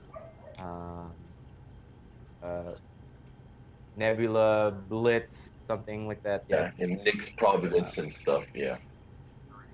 I've never seen master grade kits with those kits. I think those are from the MSV line. Yeah. I And think like so, all yeah. sorts They're of from side Stargazer. story. Yeah. Yep. Well, for the perfect grade, I think it's really nice if we would have let's see, a God Gundam perfect grade, Yes. Okay. Wow. right? Yes. Time for LEDs. For all the All G the Gundam LEDs. fans, right? Exactly. I can't imagine the price if they made a gold version out of it. No, nobody would buy it because you have to plate that thing in gold. They're not going to undergate that much. Now, see, they either have to back down super hard or double down and just make it entirely out of gold. Not plate it, but at 24 karat gold. They'll only make like 2, and they'll sell eventually.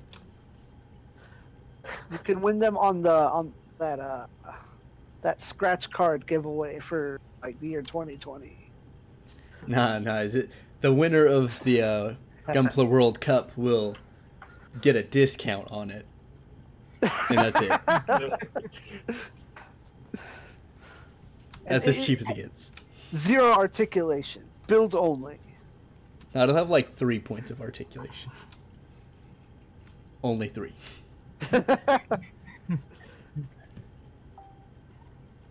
So that I guess kind of gets everyone their answer on that one. We'll open the floor to another topic because I know Brian had a couple things he wanted to talk about as well, and then we'll start kind of rounding us out. Okay. A little bit nervous about this subject myself. I want to talk about the Gunpla community itself. It's yeah. Okay. Some toes are about to get stepped on.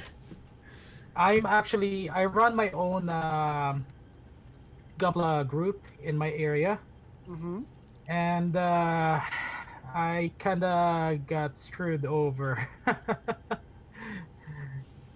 Yeah, Oh Charlie no. knows a little bit about it, but I can't go much into the details there. But some of my work had been monopolized.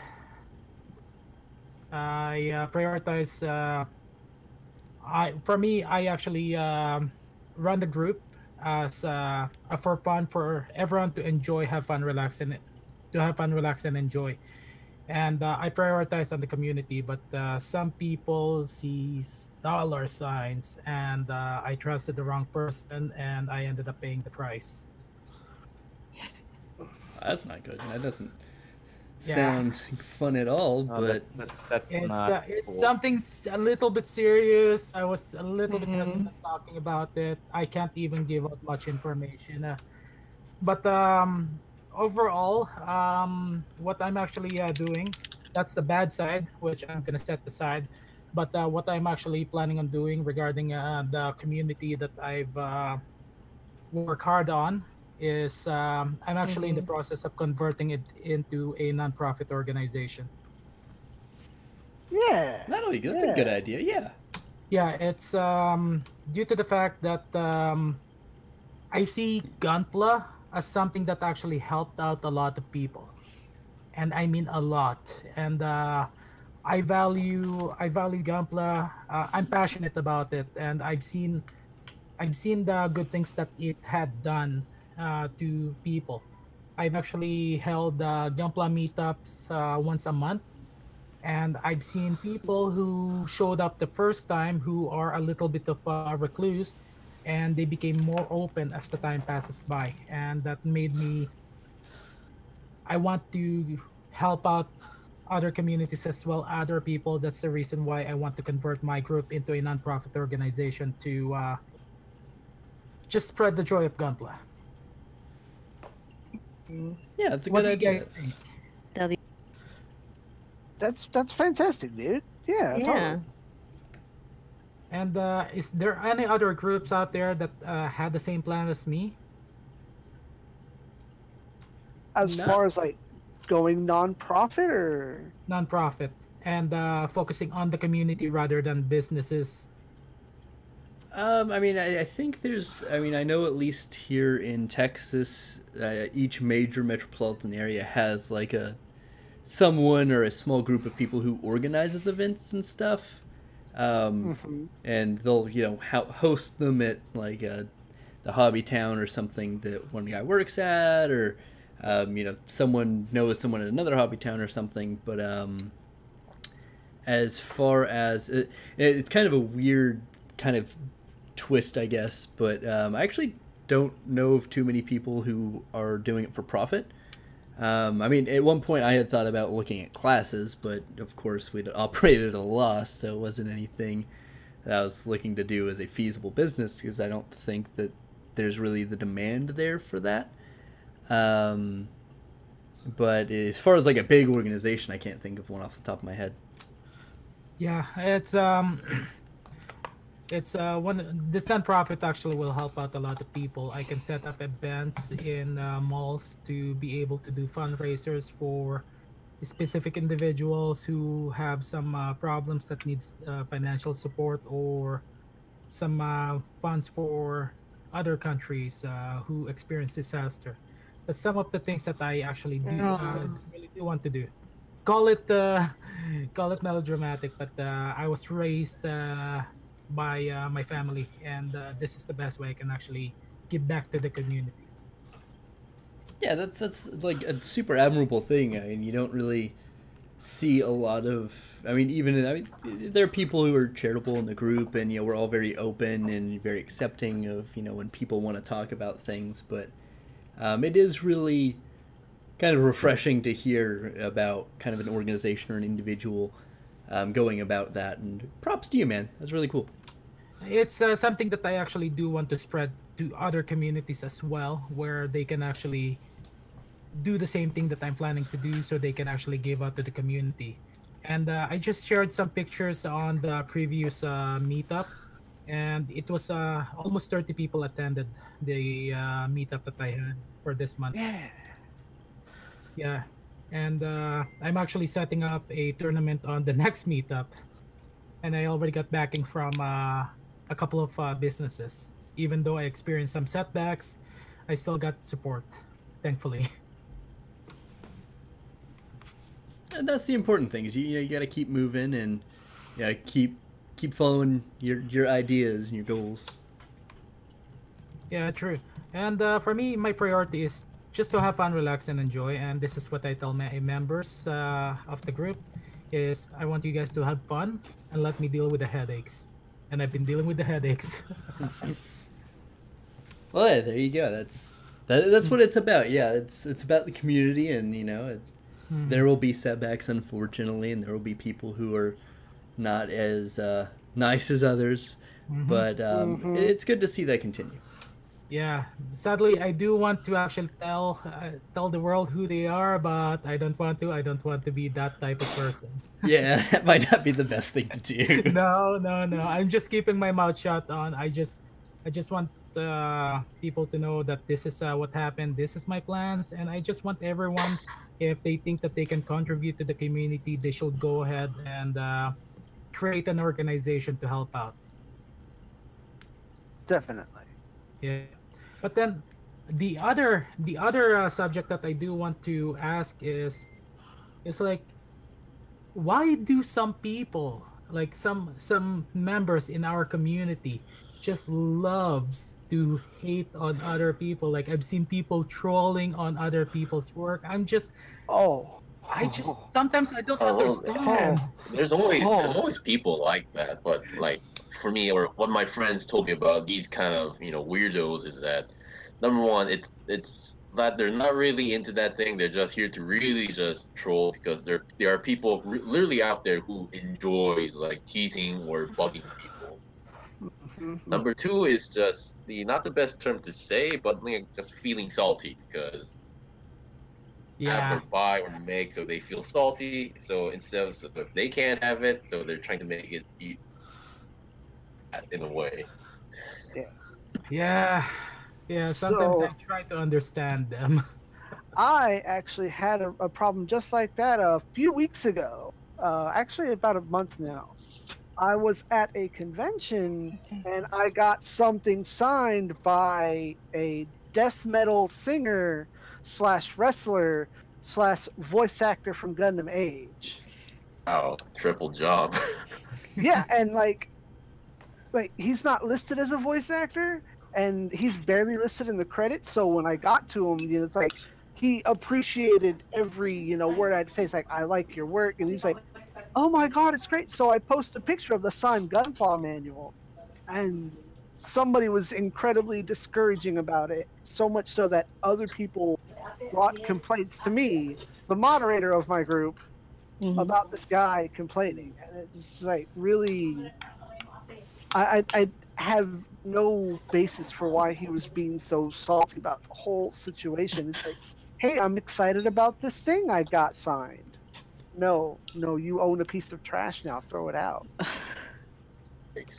Well, I mean, It's sad.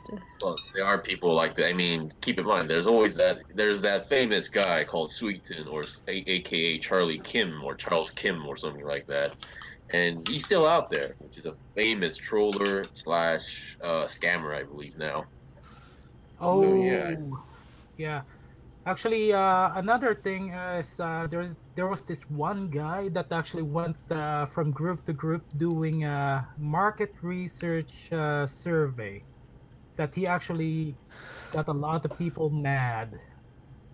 Somebody told me about him, and I had just approved him like 3 hours prior, and he's like, nope, I'm gonna nip this problem in the bud immediately. Yeah. I just find it interesting, very interesting with some of those guys.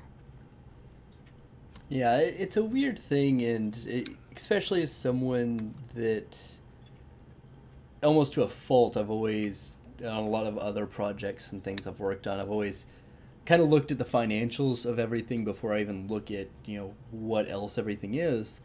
I've never really had that with Gunpla or really most anything related to what I do with YouTube or any other platform. And it's weird to see, it's not weird, but it's interesting to see those people pop up who have either really negative ideas that are still in these groups and participate for some reason, even though they kind of hate it, or these people who are doing it purely for a financial gain, when at least for the people in the community, it's fairly obvious that, yeah, there's a few people who can get by on like YouTube, but as to whether that's a long-term viable method is still up in the air.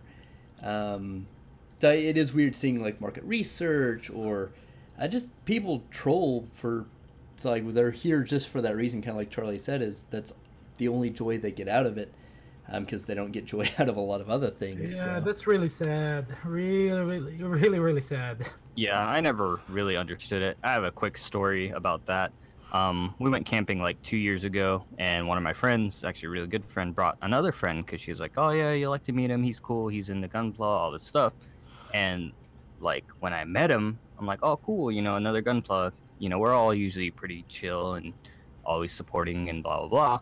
Well, this guy was like talking down my kits. At the time I was doing like out of the box and just panel lining kind of thing. I was like not really getting into painting and like really heavy mods and weathering and all that. And he's like, "Oh yeah, I do like metal pegs and damage and all this stuff." And I'm like, "Oh, that's cool, let me see some of your stuff." And then he didn't have any. I'm like, if you do that stuff, the first thing you want to do as a builder is show everybody to get the support and get critique and feedback. And then like throughout the whole entire weekend I had to spend with this guy, he's just like talking down about like other builders and like calling people trash and all this stuff. And I'm like, let me see your kits when you get home. I'll add you on Facebook and blah blah. And then like he never added me, so I messaged him. I'm like, "Hey, I want to see your kits." And I didn't understand it. Like, if it's not something you do, don't try to impress somebody with it and make it toxic. Like he was very toxic to me, and it's like I don't understand the toxicity in some people that just like they get the enjoyment out of trolling or crapping on somebody's kits or anything like that. It's our builds. We spend our money, or your parents' money if you're younger, on these kits. And if you want to build it with tearing it off the runners or your fingernails or whatever way you want to build it, that's up to you. And I never criticize anybody. The only thing I criticize is when Bandai takes our money and they give us, like you said, the Vidar with one hand, and it's like, what the hell? He has like 20 weapons and you give me one damn hand? They give us a Tristan.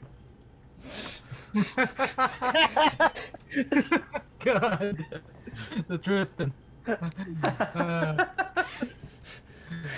Funny thing is I actually got my Tristan right beside my laptop right now. Oh, I've built a Tristan too, but their choices in that were not the best.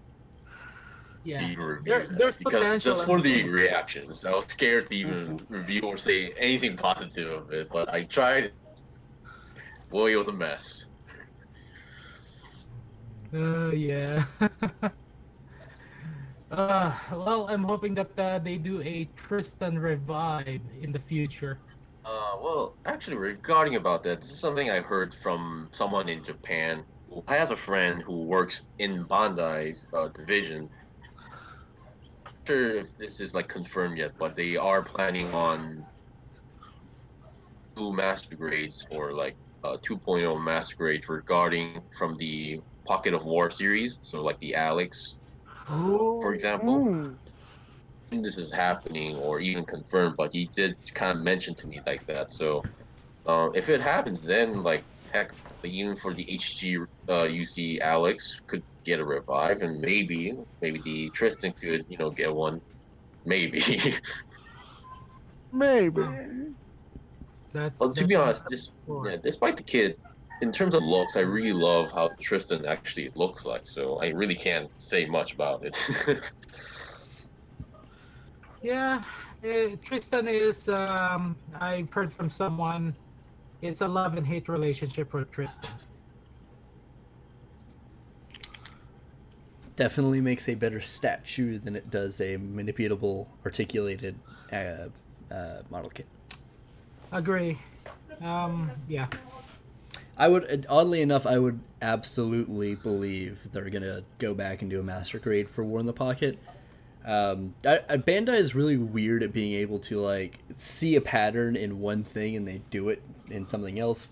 So they're actually They don't want to be too obvious, I guess. yeah. I don't think anyone would be like, oh my god, this is crazy, because the Alex Gundam is really high up there as far as people enjoying it and liking the design. But Robot Damacy just came out with theirs, and they made a huge deal about it. Same thing with the Zaku 2 Kai. They haven't come out like Kempfer, but they did the Cold District. They did the Blue. Hygog as well. Yeah, the Hygog. Yeah. So I don't know why there's this huge surge in War in the Pocket's popularity. Not that it's bad or anything. It's just kind of weird. But I could definitely see it. Is it coming up on some kind of anniversary? Actually, I don't know. Let me look that up. Yeah, I'm not really sure about the details on those. Well, it's gonna be interesting with this upcoming new kits. Now, I'm actually looking forward to another kit, the Moon Gundam. I went looking for one today, and it's like, no, it only came out this week. It's like, oh. Yeah, my. I had a long week holiday, so we're like 2 weeks late already. Yeah, I'm actually like my supplier only got 2 pre-orders of some more for me. Hopefully. Well, it should be around for a good while. It looks like it's worth its price tag. Yeah. Apparently, there's what no I've heard is that no stickers.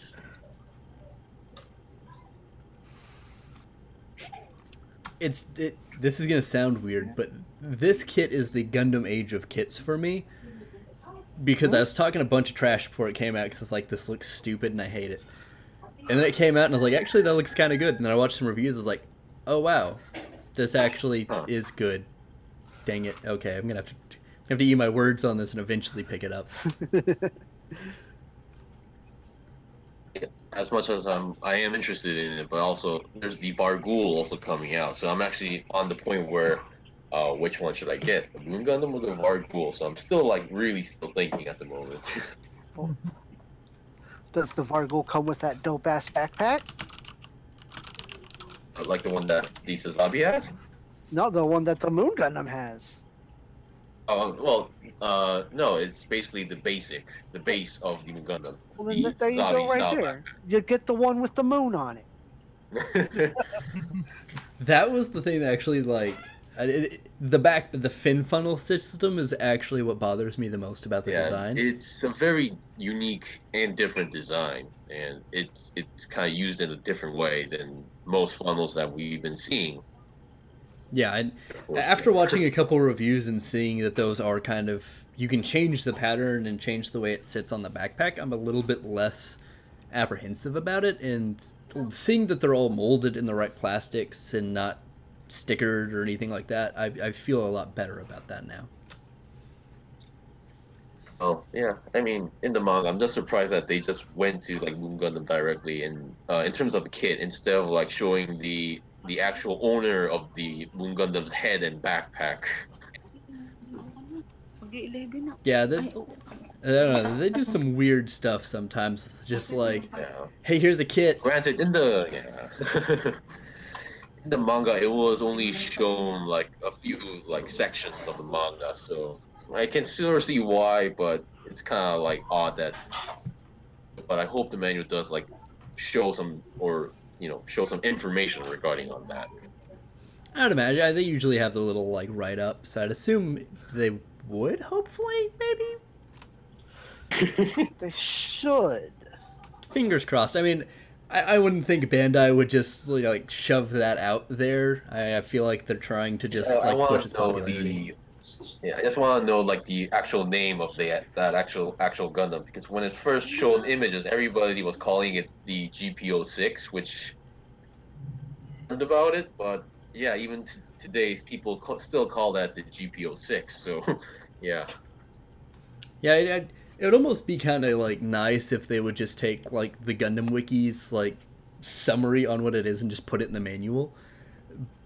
But I guess they kind of do, but like, yeah, just very straightforward technical information. And next year will be the 30th anniversary of War in the Pocket. Okay, so that Okay, would there make you sense go. what I just said. Yeah. So we Nice. may I see don't it. really keep track of the years, so Yeah, it's a weird thing. every Like, year it's like an anniversary for something. yeah, you think about it, it's just like so many things have come out. Like, I wouldn't have thought that, but yeah, kind of, yeah, that makes sense. Like, I think Oatham S team had an anniversary recently too, and Oh. I don't remember what it was, Double but O. yeah, Double O, yeah. Code Geass, by the same measure, I think it's like, what, 10, 12 years old now? It's like, how is this old now? I feel old.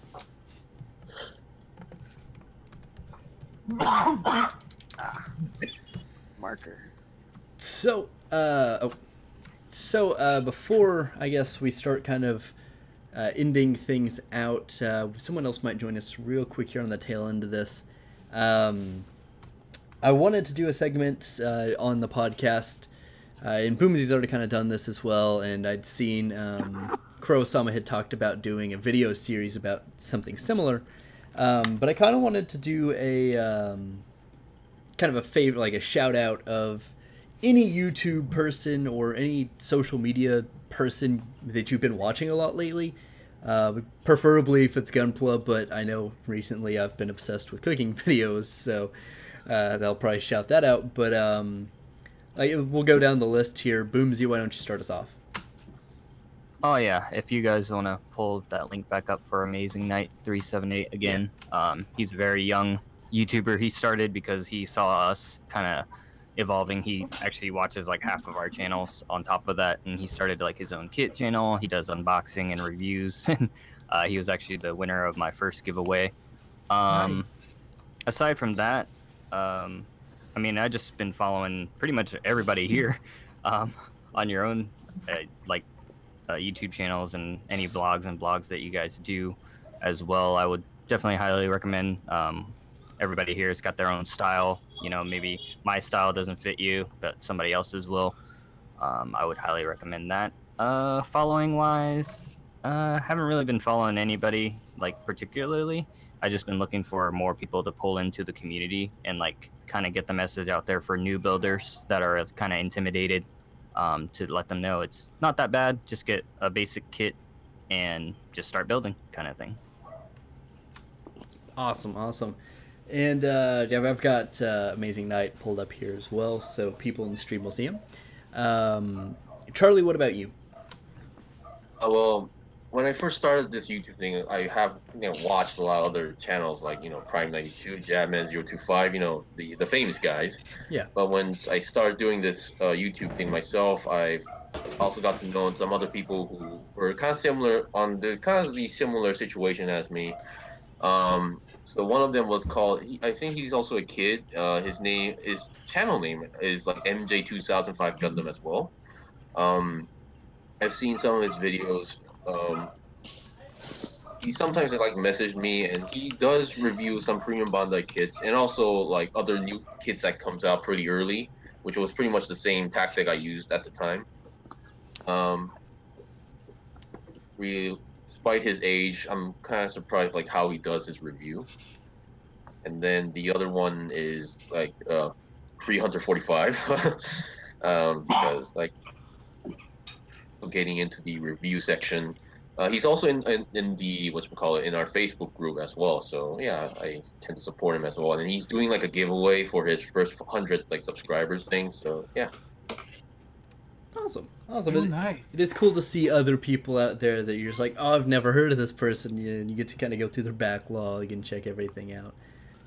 It's always fun to binge watch people's YouTube videos. What about you, Fate? Who have you been kind of keeping up with, or who do you want to shout out?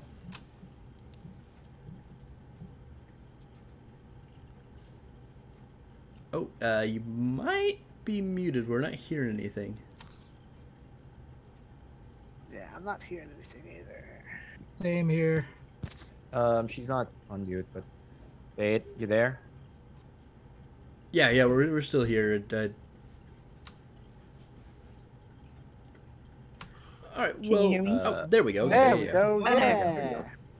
I think it's a connection thing. Well, let's see. I let's see. I can feature my good friend Terminus Hobbies. I actually invited him to join us in the group today for the broadcast. So I don't know if he can make it. He's doing a lot of reviews for Converge kits.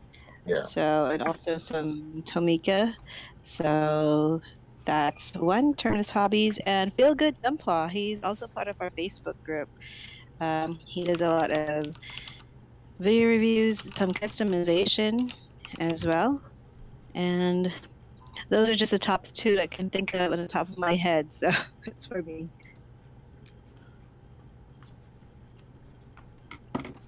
Awesome. I forgot those. Pulled both of those guys up as well, so they will get some Mhm. screen time. And we will There you definitely go. work on getting Terminus in here next time, as long as timing Mhm. works for him. What Sure, about sure. you, Brian? The one that I actually watch a lot is Gunpla Network channel. Mm-hmm. Ah, Yeah, it's especially that one segment, Jim's Hangar. It's an interesting setup that they have there. Yeah, that's Definitely in probably that entertaining. group as well. Gunpla Network. yeah. Really big group as well.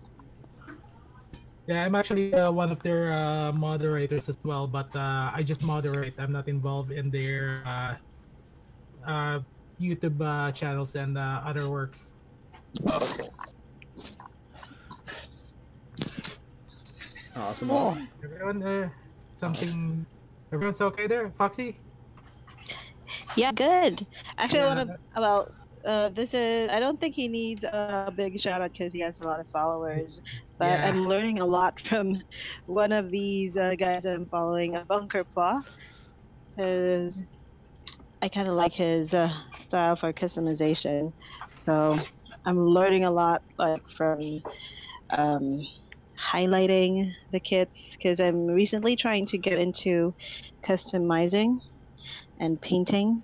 So I'm watching a lot of those kinds of channels right now. So big shout out to those guys. Thank you for uploading and sharing.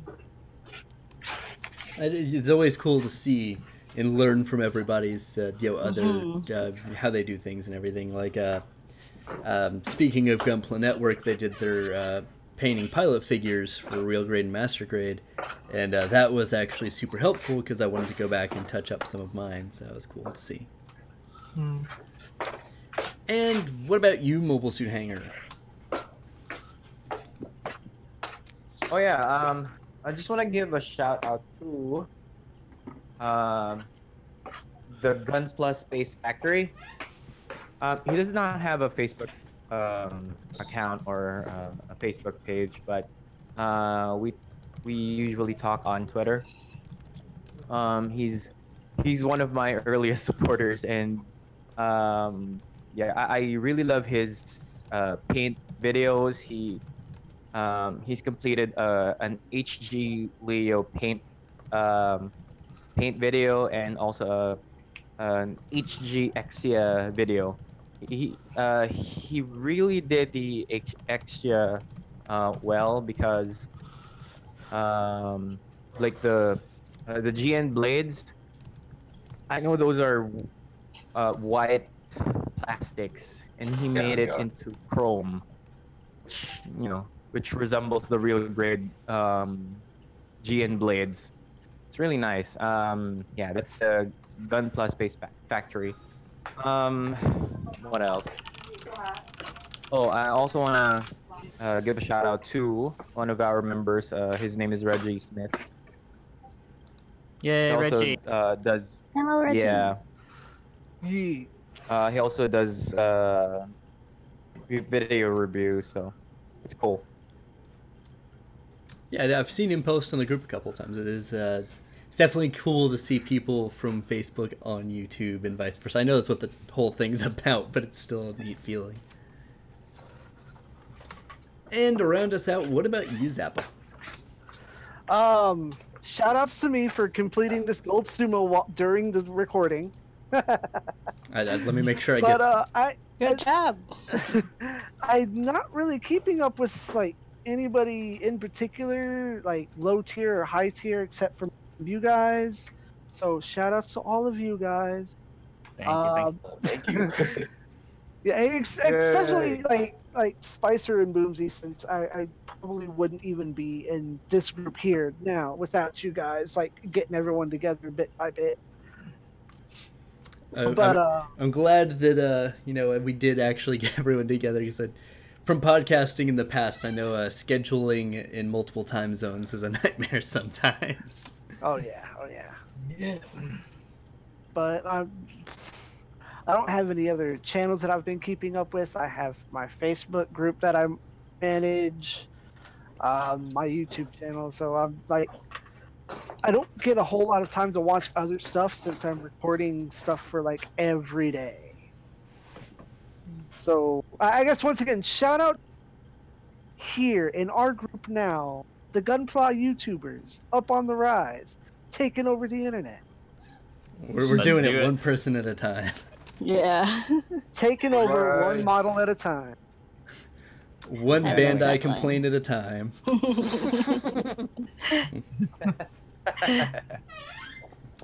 And I guess to round us out on that question or that kind of idea, Gunpla-wise, other than the people in this group, and then of course the bigger people like Mekakatsu and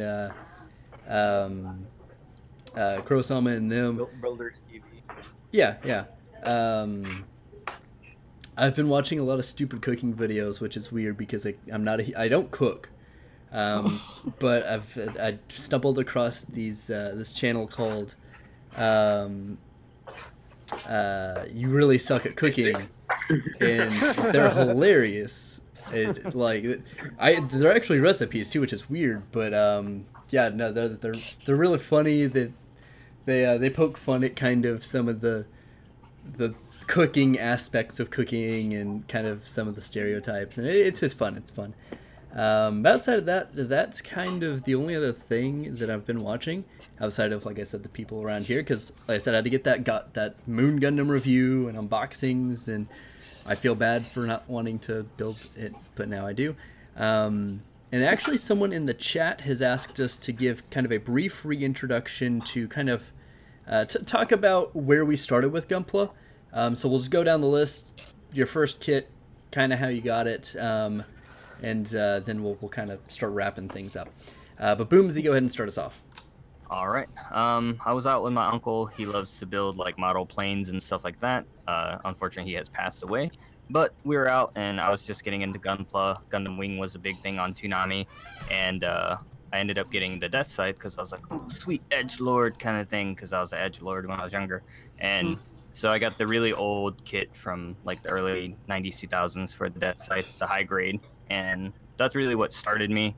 That kit got destroyed by my younger cousins. Shout out to Kuni if you're listening. And yeah, that's pretty much where it started. Awesome. Always a good story to have a good backstory. What about you, Charlie? Well, kind of similar. My first kit, in terms of Gunpla kit, was the no grade 1 to 144 scale heavy arms Gundam. I think I was on a vacation in Singapore, and my parents took me to a toy shop, and then there was a whole section of like boxes that had like pictures of Gundam in it. Which that was a time where I didn't know what a molecule was. My parents bought me one, which I chose the heavy arms. Took it back to the hotel, opened it, and I saw plates. And my parents told me what that was, and I started building it. And first build was terrible. I broke a few fins. I broke a lot of stuff because no scissors, no nothing, just my hands. But from there, I kept building and building, and yeah, to the point where I became who I am right now. And definitely that first kit's always the rough one. Yeah. But it's an important part to the story. Remaking that if I can, and just post it how it was as I remember. See, there you go. You got to go back and do a retro build for yourself of how it looked when you did it the first You time. still have it, Charlie? No, it's non-existent. Okay, you got to get a new one then and do a revive, man. Oh, Yeah, you it's a get brick. the master grade endless waltz version and start breaking some fins off. Oh man, this is fun. What about you, Fate? Well, my very first gunpla was a petite bear guy. I think I told you guys about that first time. And it was a green petite guy, which was also a terrible build first time. A lot of gaps, and I haven't gotten around to editing it or refining it. But the very first mecha I built was an Infinite Justice Gundam, mainly because it's pink. Because I'm still a girl, even though I love Gundams, and that's the one that started me off on my journey. It's like if I get past this little bear, I can build anything. So it is one of my very first ones. So from there, I've built a lot and collected a few more, and have tons of backlogs now. So it's been a good journey. It's definitely that getting over the first one's just a huge deal for Yeah. so many people, and yeah, a lot of us have different opinions on where to start, but really, depending on the person, I definitely wouldn't feel bad for anyone starting anywhere, because once you get the feeling that you're done, it is good. High grade's a lot easier to get through, of course, but there are people who want more details, so they want a real grade, and it's something that it's not too bad for everyone, and once you get past that first one, you're good to go. True. Brian, what about you? Oh, my first kit, I can't even remember if it's a Bandai or a third-party bootleg kit. This is back in 97, 98. I think it was a Burning Gundam. When I was in elementary, that was the first one. I think I used scissors to trim it, build it. I think it was the first grade. And as an adult, my first kit is an L-Strike Gundam and an HG-1100, actually no, NG-1100 Vigna Gina and Vigna Sierra from F91. And yeah, I still got those, but the Burning Gundam is long gone. It was destroyed by my cousin, literally. I get a feeling that's how all of these first kits are going to end up at some point. Yep. I never saw it again. I feel bad. I got to find another one of those. And that's it. That's all I got. Alrighty, what about you, Mobile Suit Hanger?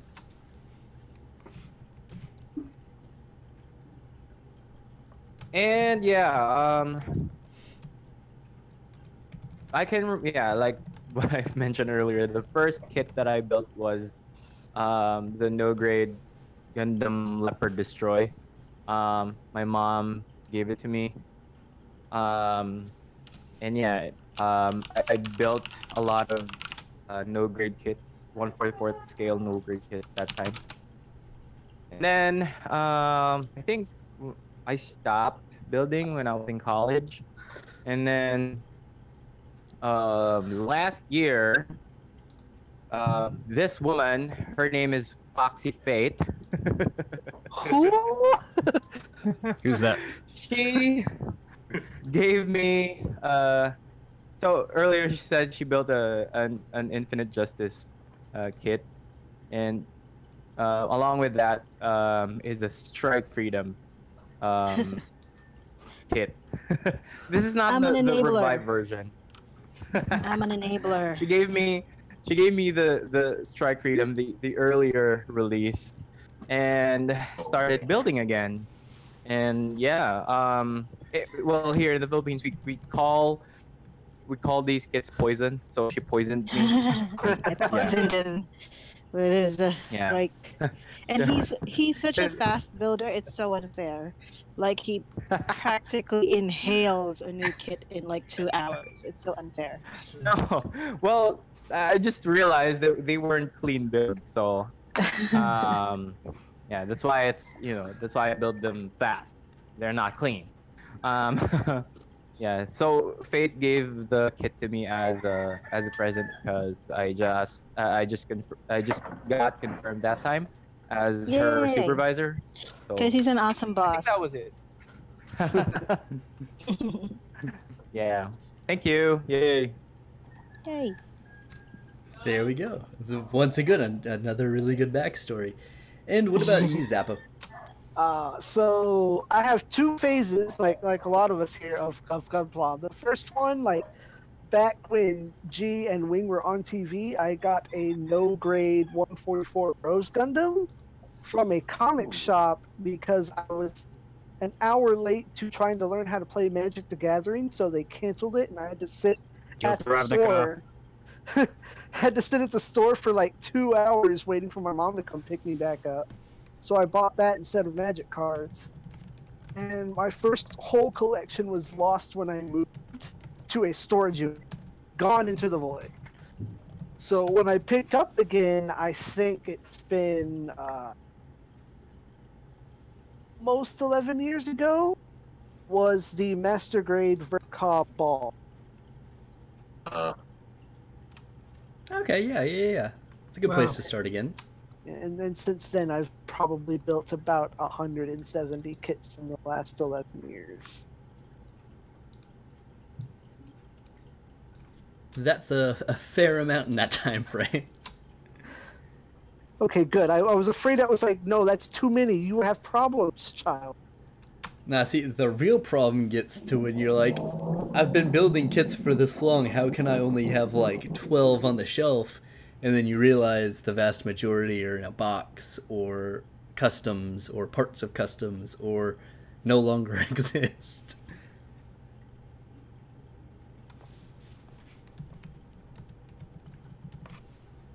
Yeah, when I see some of the like bigger YouTuber or not YouTubers, but bigger Gunpla people, and I see their backlogs, I'm like, why? Like that's so ridiculous. It's like hundreds of kits.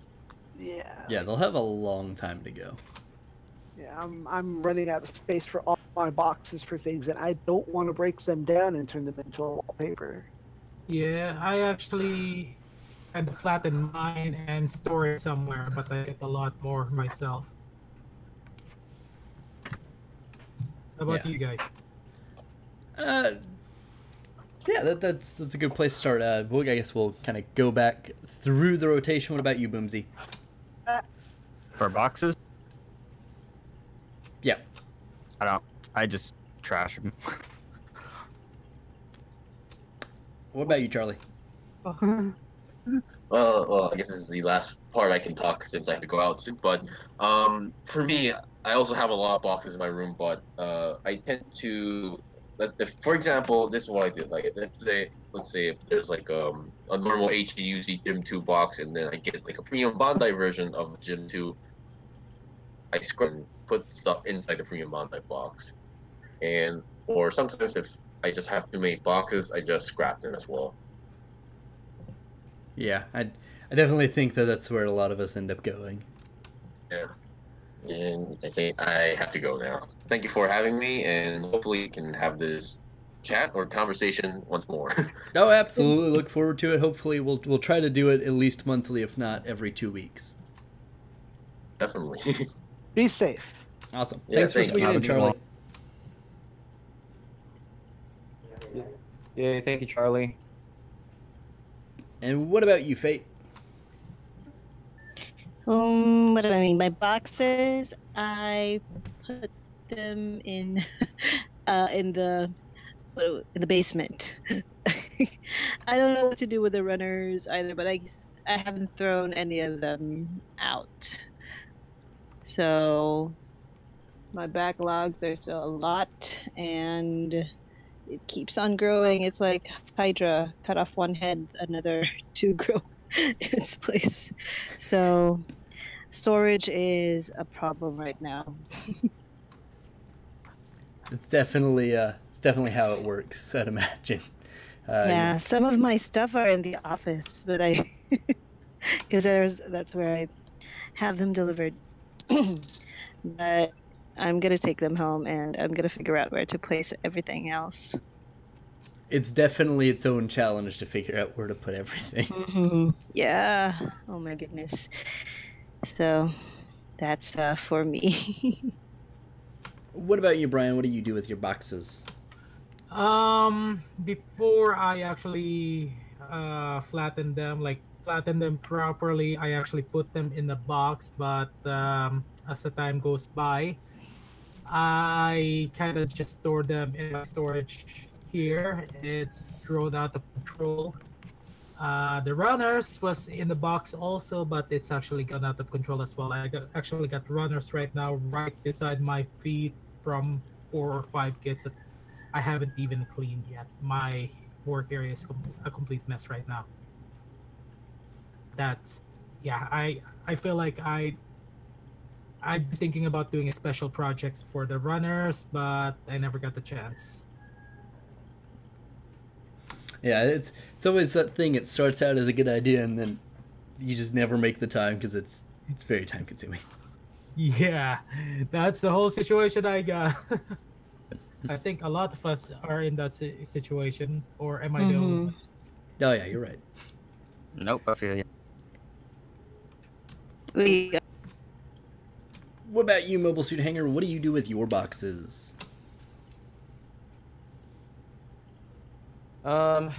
They're just here. So I just stack them up. I don't think I have a lot of boxes. Wait, let me check. Oh shoot, I have a lot. That's how I it just goes. realized it. Yeah, I just realized it. It's sitting here at one corner of my mom's room.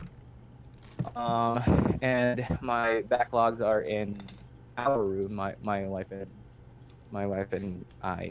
So,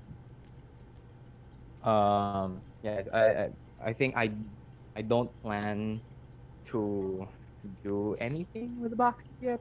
So, we're just gonna sit here for a while. And what about you, Zappa? I still have all of my boxes mostly in the top of my closet. I've got a space for about like 10 more. I've got my P Bandai boxes sitting on another shelf. My builds, and a few of them like they're stacked inside each other. When I have like a master grade, it's like, oh, I can put a high grade box to the same thing, or stuff a similar SD into a high grade box. But I keep them all because at some point when I actually get tired of looking at my straight build on the shelf, I'll put it up for resale so someone can have some enjoyment from what I've done. Maybe they want it for a kit bash or something. So I send them everything, the box, all the extra parts and stuff. That way, for me as a completionist, I have everything, and when I pass that on, they still have everything. Makes sense. It's a good idea. I, much like Boomsy and Charlie and a lot of almost everyone in this group, I've pretty much thrown them away. I used to at one point decorate the walls with them, which was kind of cool, but just at this point I don't have the wall space anymore, and I'd rather look at the actual kit than the box. It's cool though. I just put a thumbtack or a nail through the back of the box, slide the front case on, and it's kind of a neat looking little thing. But yeah, so before we kind of start actually literally wrapping this up, Nate from the Edmonton Gunpla group wanted to say hi. Brian? Hello, sir. He thought it was cool someone he knew in real life was on YouTube and doing things, so he wanted to say hello. So there you go, Brian. The Edmonton Gunpla group is out in force. They're showing you appreciation. And so there you go. Thank you so much. Small world. And then Feel Good Gunpla had also posted a picture of one of the things they're working on. Let me drag that over. This little SD Age 3 Fortress. Once again, Age has some good designs. And lastly, most definitely not least, Plot Motion Productions was not able to make it today. However, they did want to let us know that they do intend to be here in the future and wanted to kind of get a shout out. So I figured why not give them a shout out. Definitely check out everyone you've seen today. I will try to make sure all of the links for everyone we've seen throughout the entire thing will be in the description of this video when you watch it on YouTube. And that will bring us into our kind of final things we want to say to our sign-off segment. And once again, we will start with Boomsy. Just want to go back to what I was talking about for anybody that's getting new into community or wanting to build. Just go ahead and pick up a kit that you think looks cool and pick up, you know, your beginner cutter kit. They're like $20 on Amazon. You can get your files, your cutters, your blades, and everything like that, and just go for it. And other than that, thanks for all the support. Make sure you check out everybody in this podcast. We're all, you know, supporting each other, and everybody's awesome. And I guess my closing statement would be the same as my videos. Take it easy and peace. Awesome. And what about you, Foxy Fate? Well, I want to thank everybody who's supporting my channel as well, and everybody here as well. You've all been so nice, and I guess what I can say for anybody who's interested in building Gunpla, just start, grab a kit, and build it, and never be afraid to ask questions. Because although somebody mentioned that there are some really mean ones out there who's gonna troll and say bad things about your work, but a majority of our community are really awesome. They're very supportive, and by just asking questions and watching their channels, you'll be learning a lot. So just keep on going and just be happy with the hobby and enjoy yourselves. Awesome. And what about you, Brian? I want to thank everyone for supporting my channel and every other channel. Thank you guys for listening to me. Really appreciated. And there's one thing I got to say is have fun, relax, and enjoy Gunpla. And if you know anyone that is kind of down, depressed, approach them, introduce them into the hobby. That is a great way for them to get out of that slump. And that's all I got. Thank you guys. Much appreciated. Awesome. And what about you, Mobile Suit Hanger? All right, so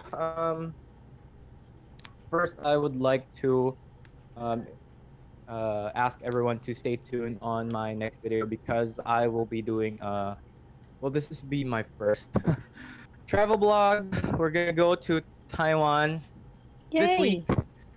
Special shout out to my wife, who's always been supporting me.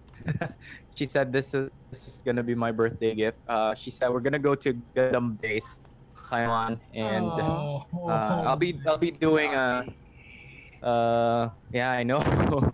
Yeah, I'll be doing something like where to go to if you plan to, you know, shop in Taiwan. What are the best Gunpla shops where you're gonna get the most affordable kits. So yeah, I'll be doing that in the coming weeks, and yeah, I think that's pretty much it for my channel. I'm looking forward to building more kits and doing more review videos.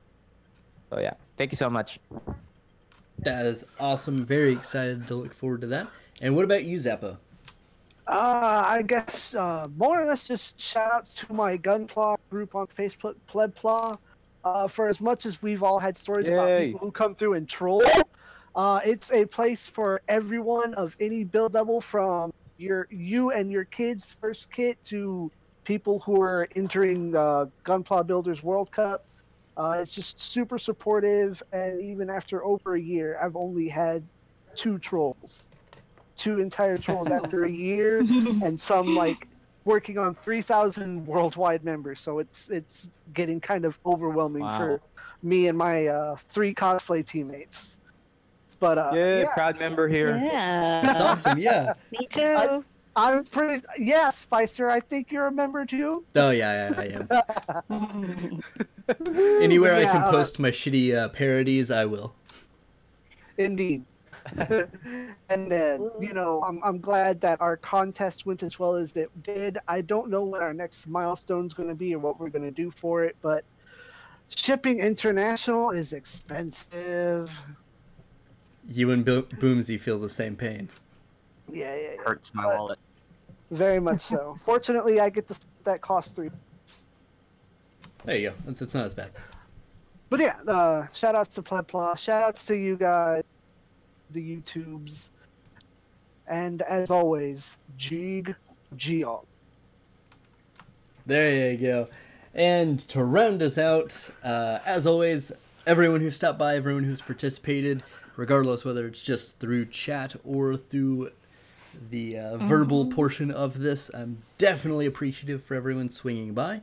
And if you guys are wanting to watch this on after the fact, I guess you're already watching this if you're listening to this part, but whatever. You can find it on both my channel, Thespicer, and I believe Access Communications and Entertainments is gonna have it. Is that right, Zappa? Yeah, I've got a backup for it, and I can upload it onto my channel too. There you go. So definitely look out for that on both our channels. Anyone else who's participated is more than welcome to put it on their channel as well. And of course, everyone who has participated, definitely go check them out. Much like Boomsy said earlier, we all have different styles, so somebody might work a little bit better for what you're wanting than others. Especially me right now, if you want a bunch of action figures and no model kits, that's what you're going to get for a while, so to look forward to that, I guess. Anyway, thanks for stopping by, everybody. Thanks for participating, everybody, and we will see you in either 2 weeks or 4 weeks. We'll figure that out later. Thanks, guys, and we'll see you later. All right, bye. See ya. Bye. Matches of voices. Bye.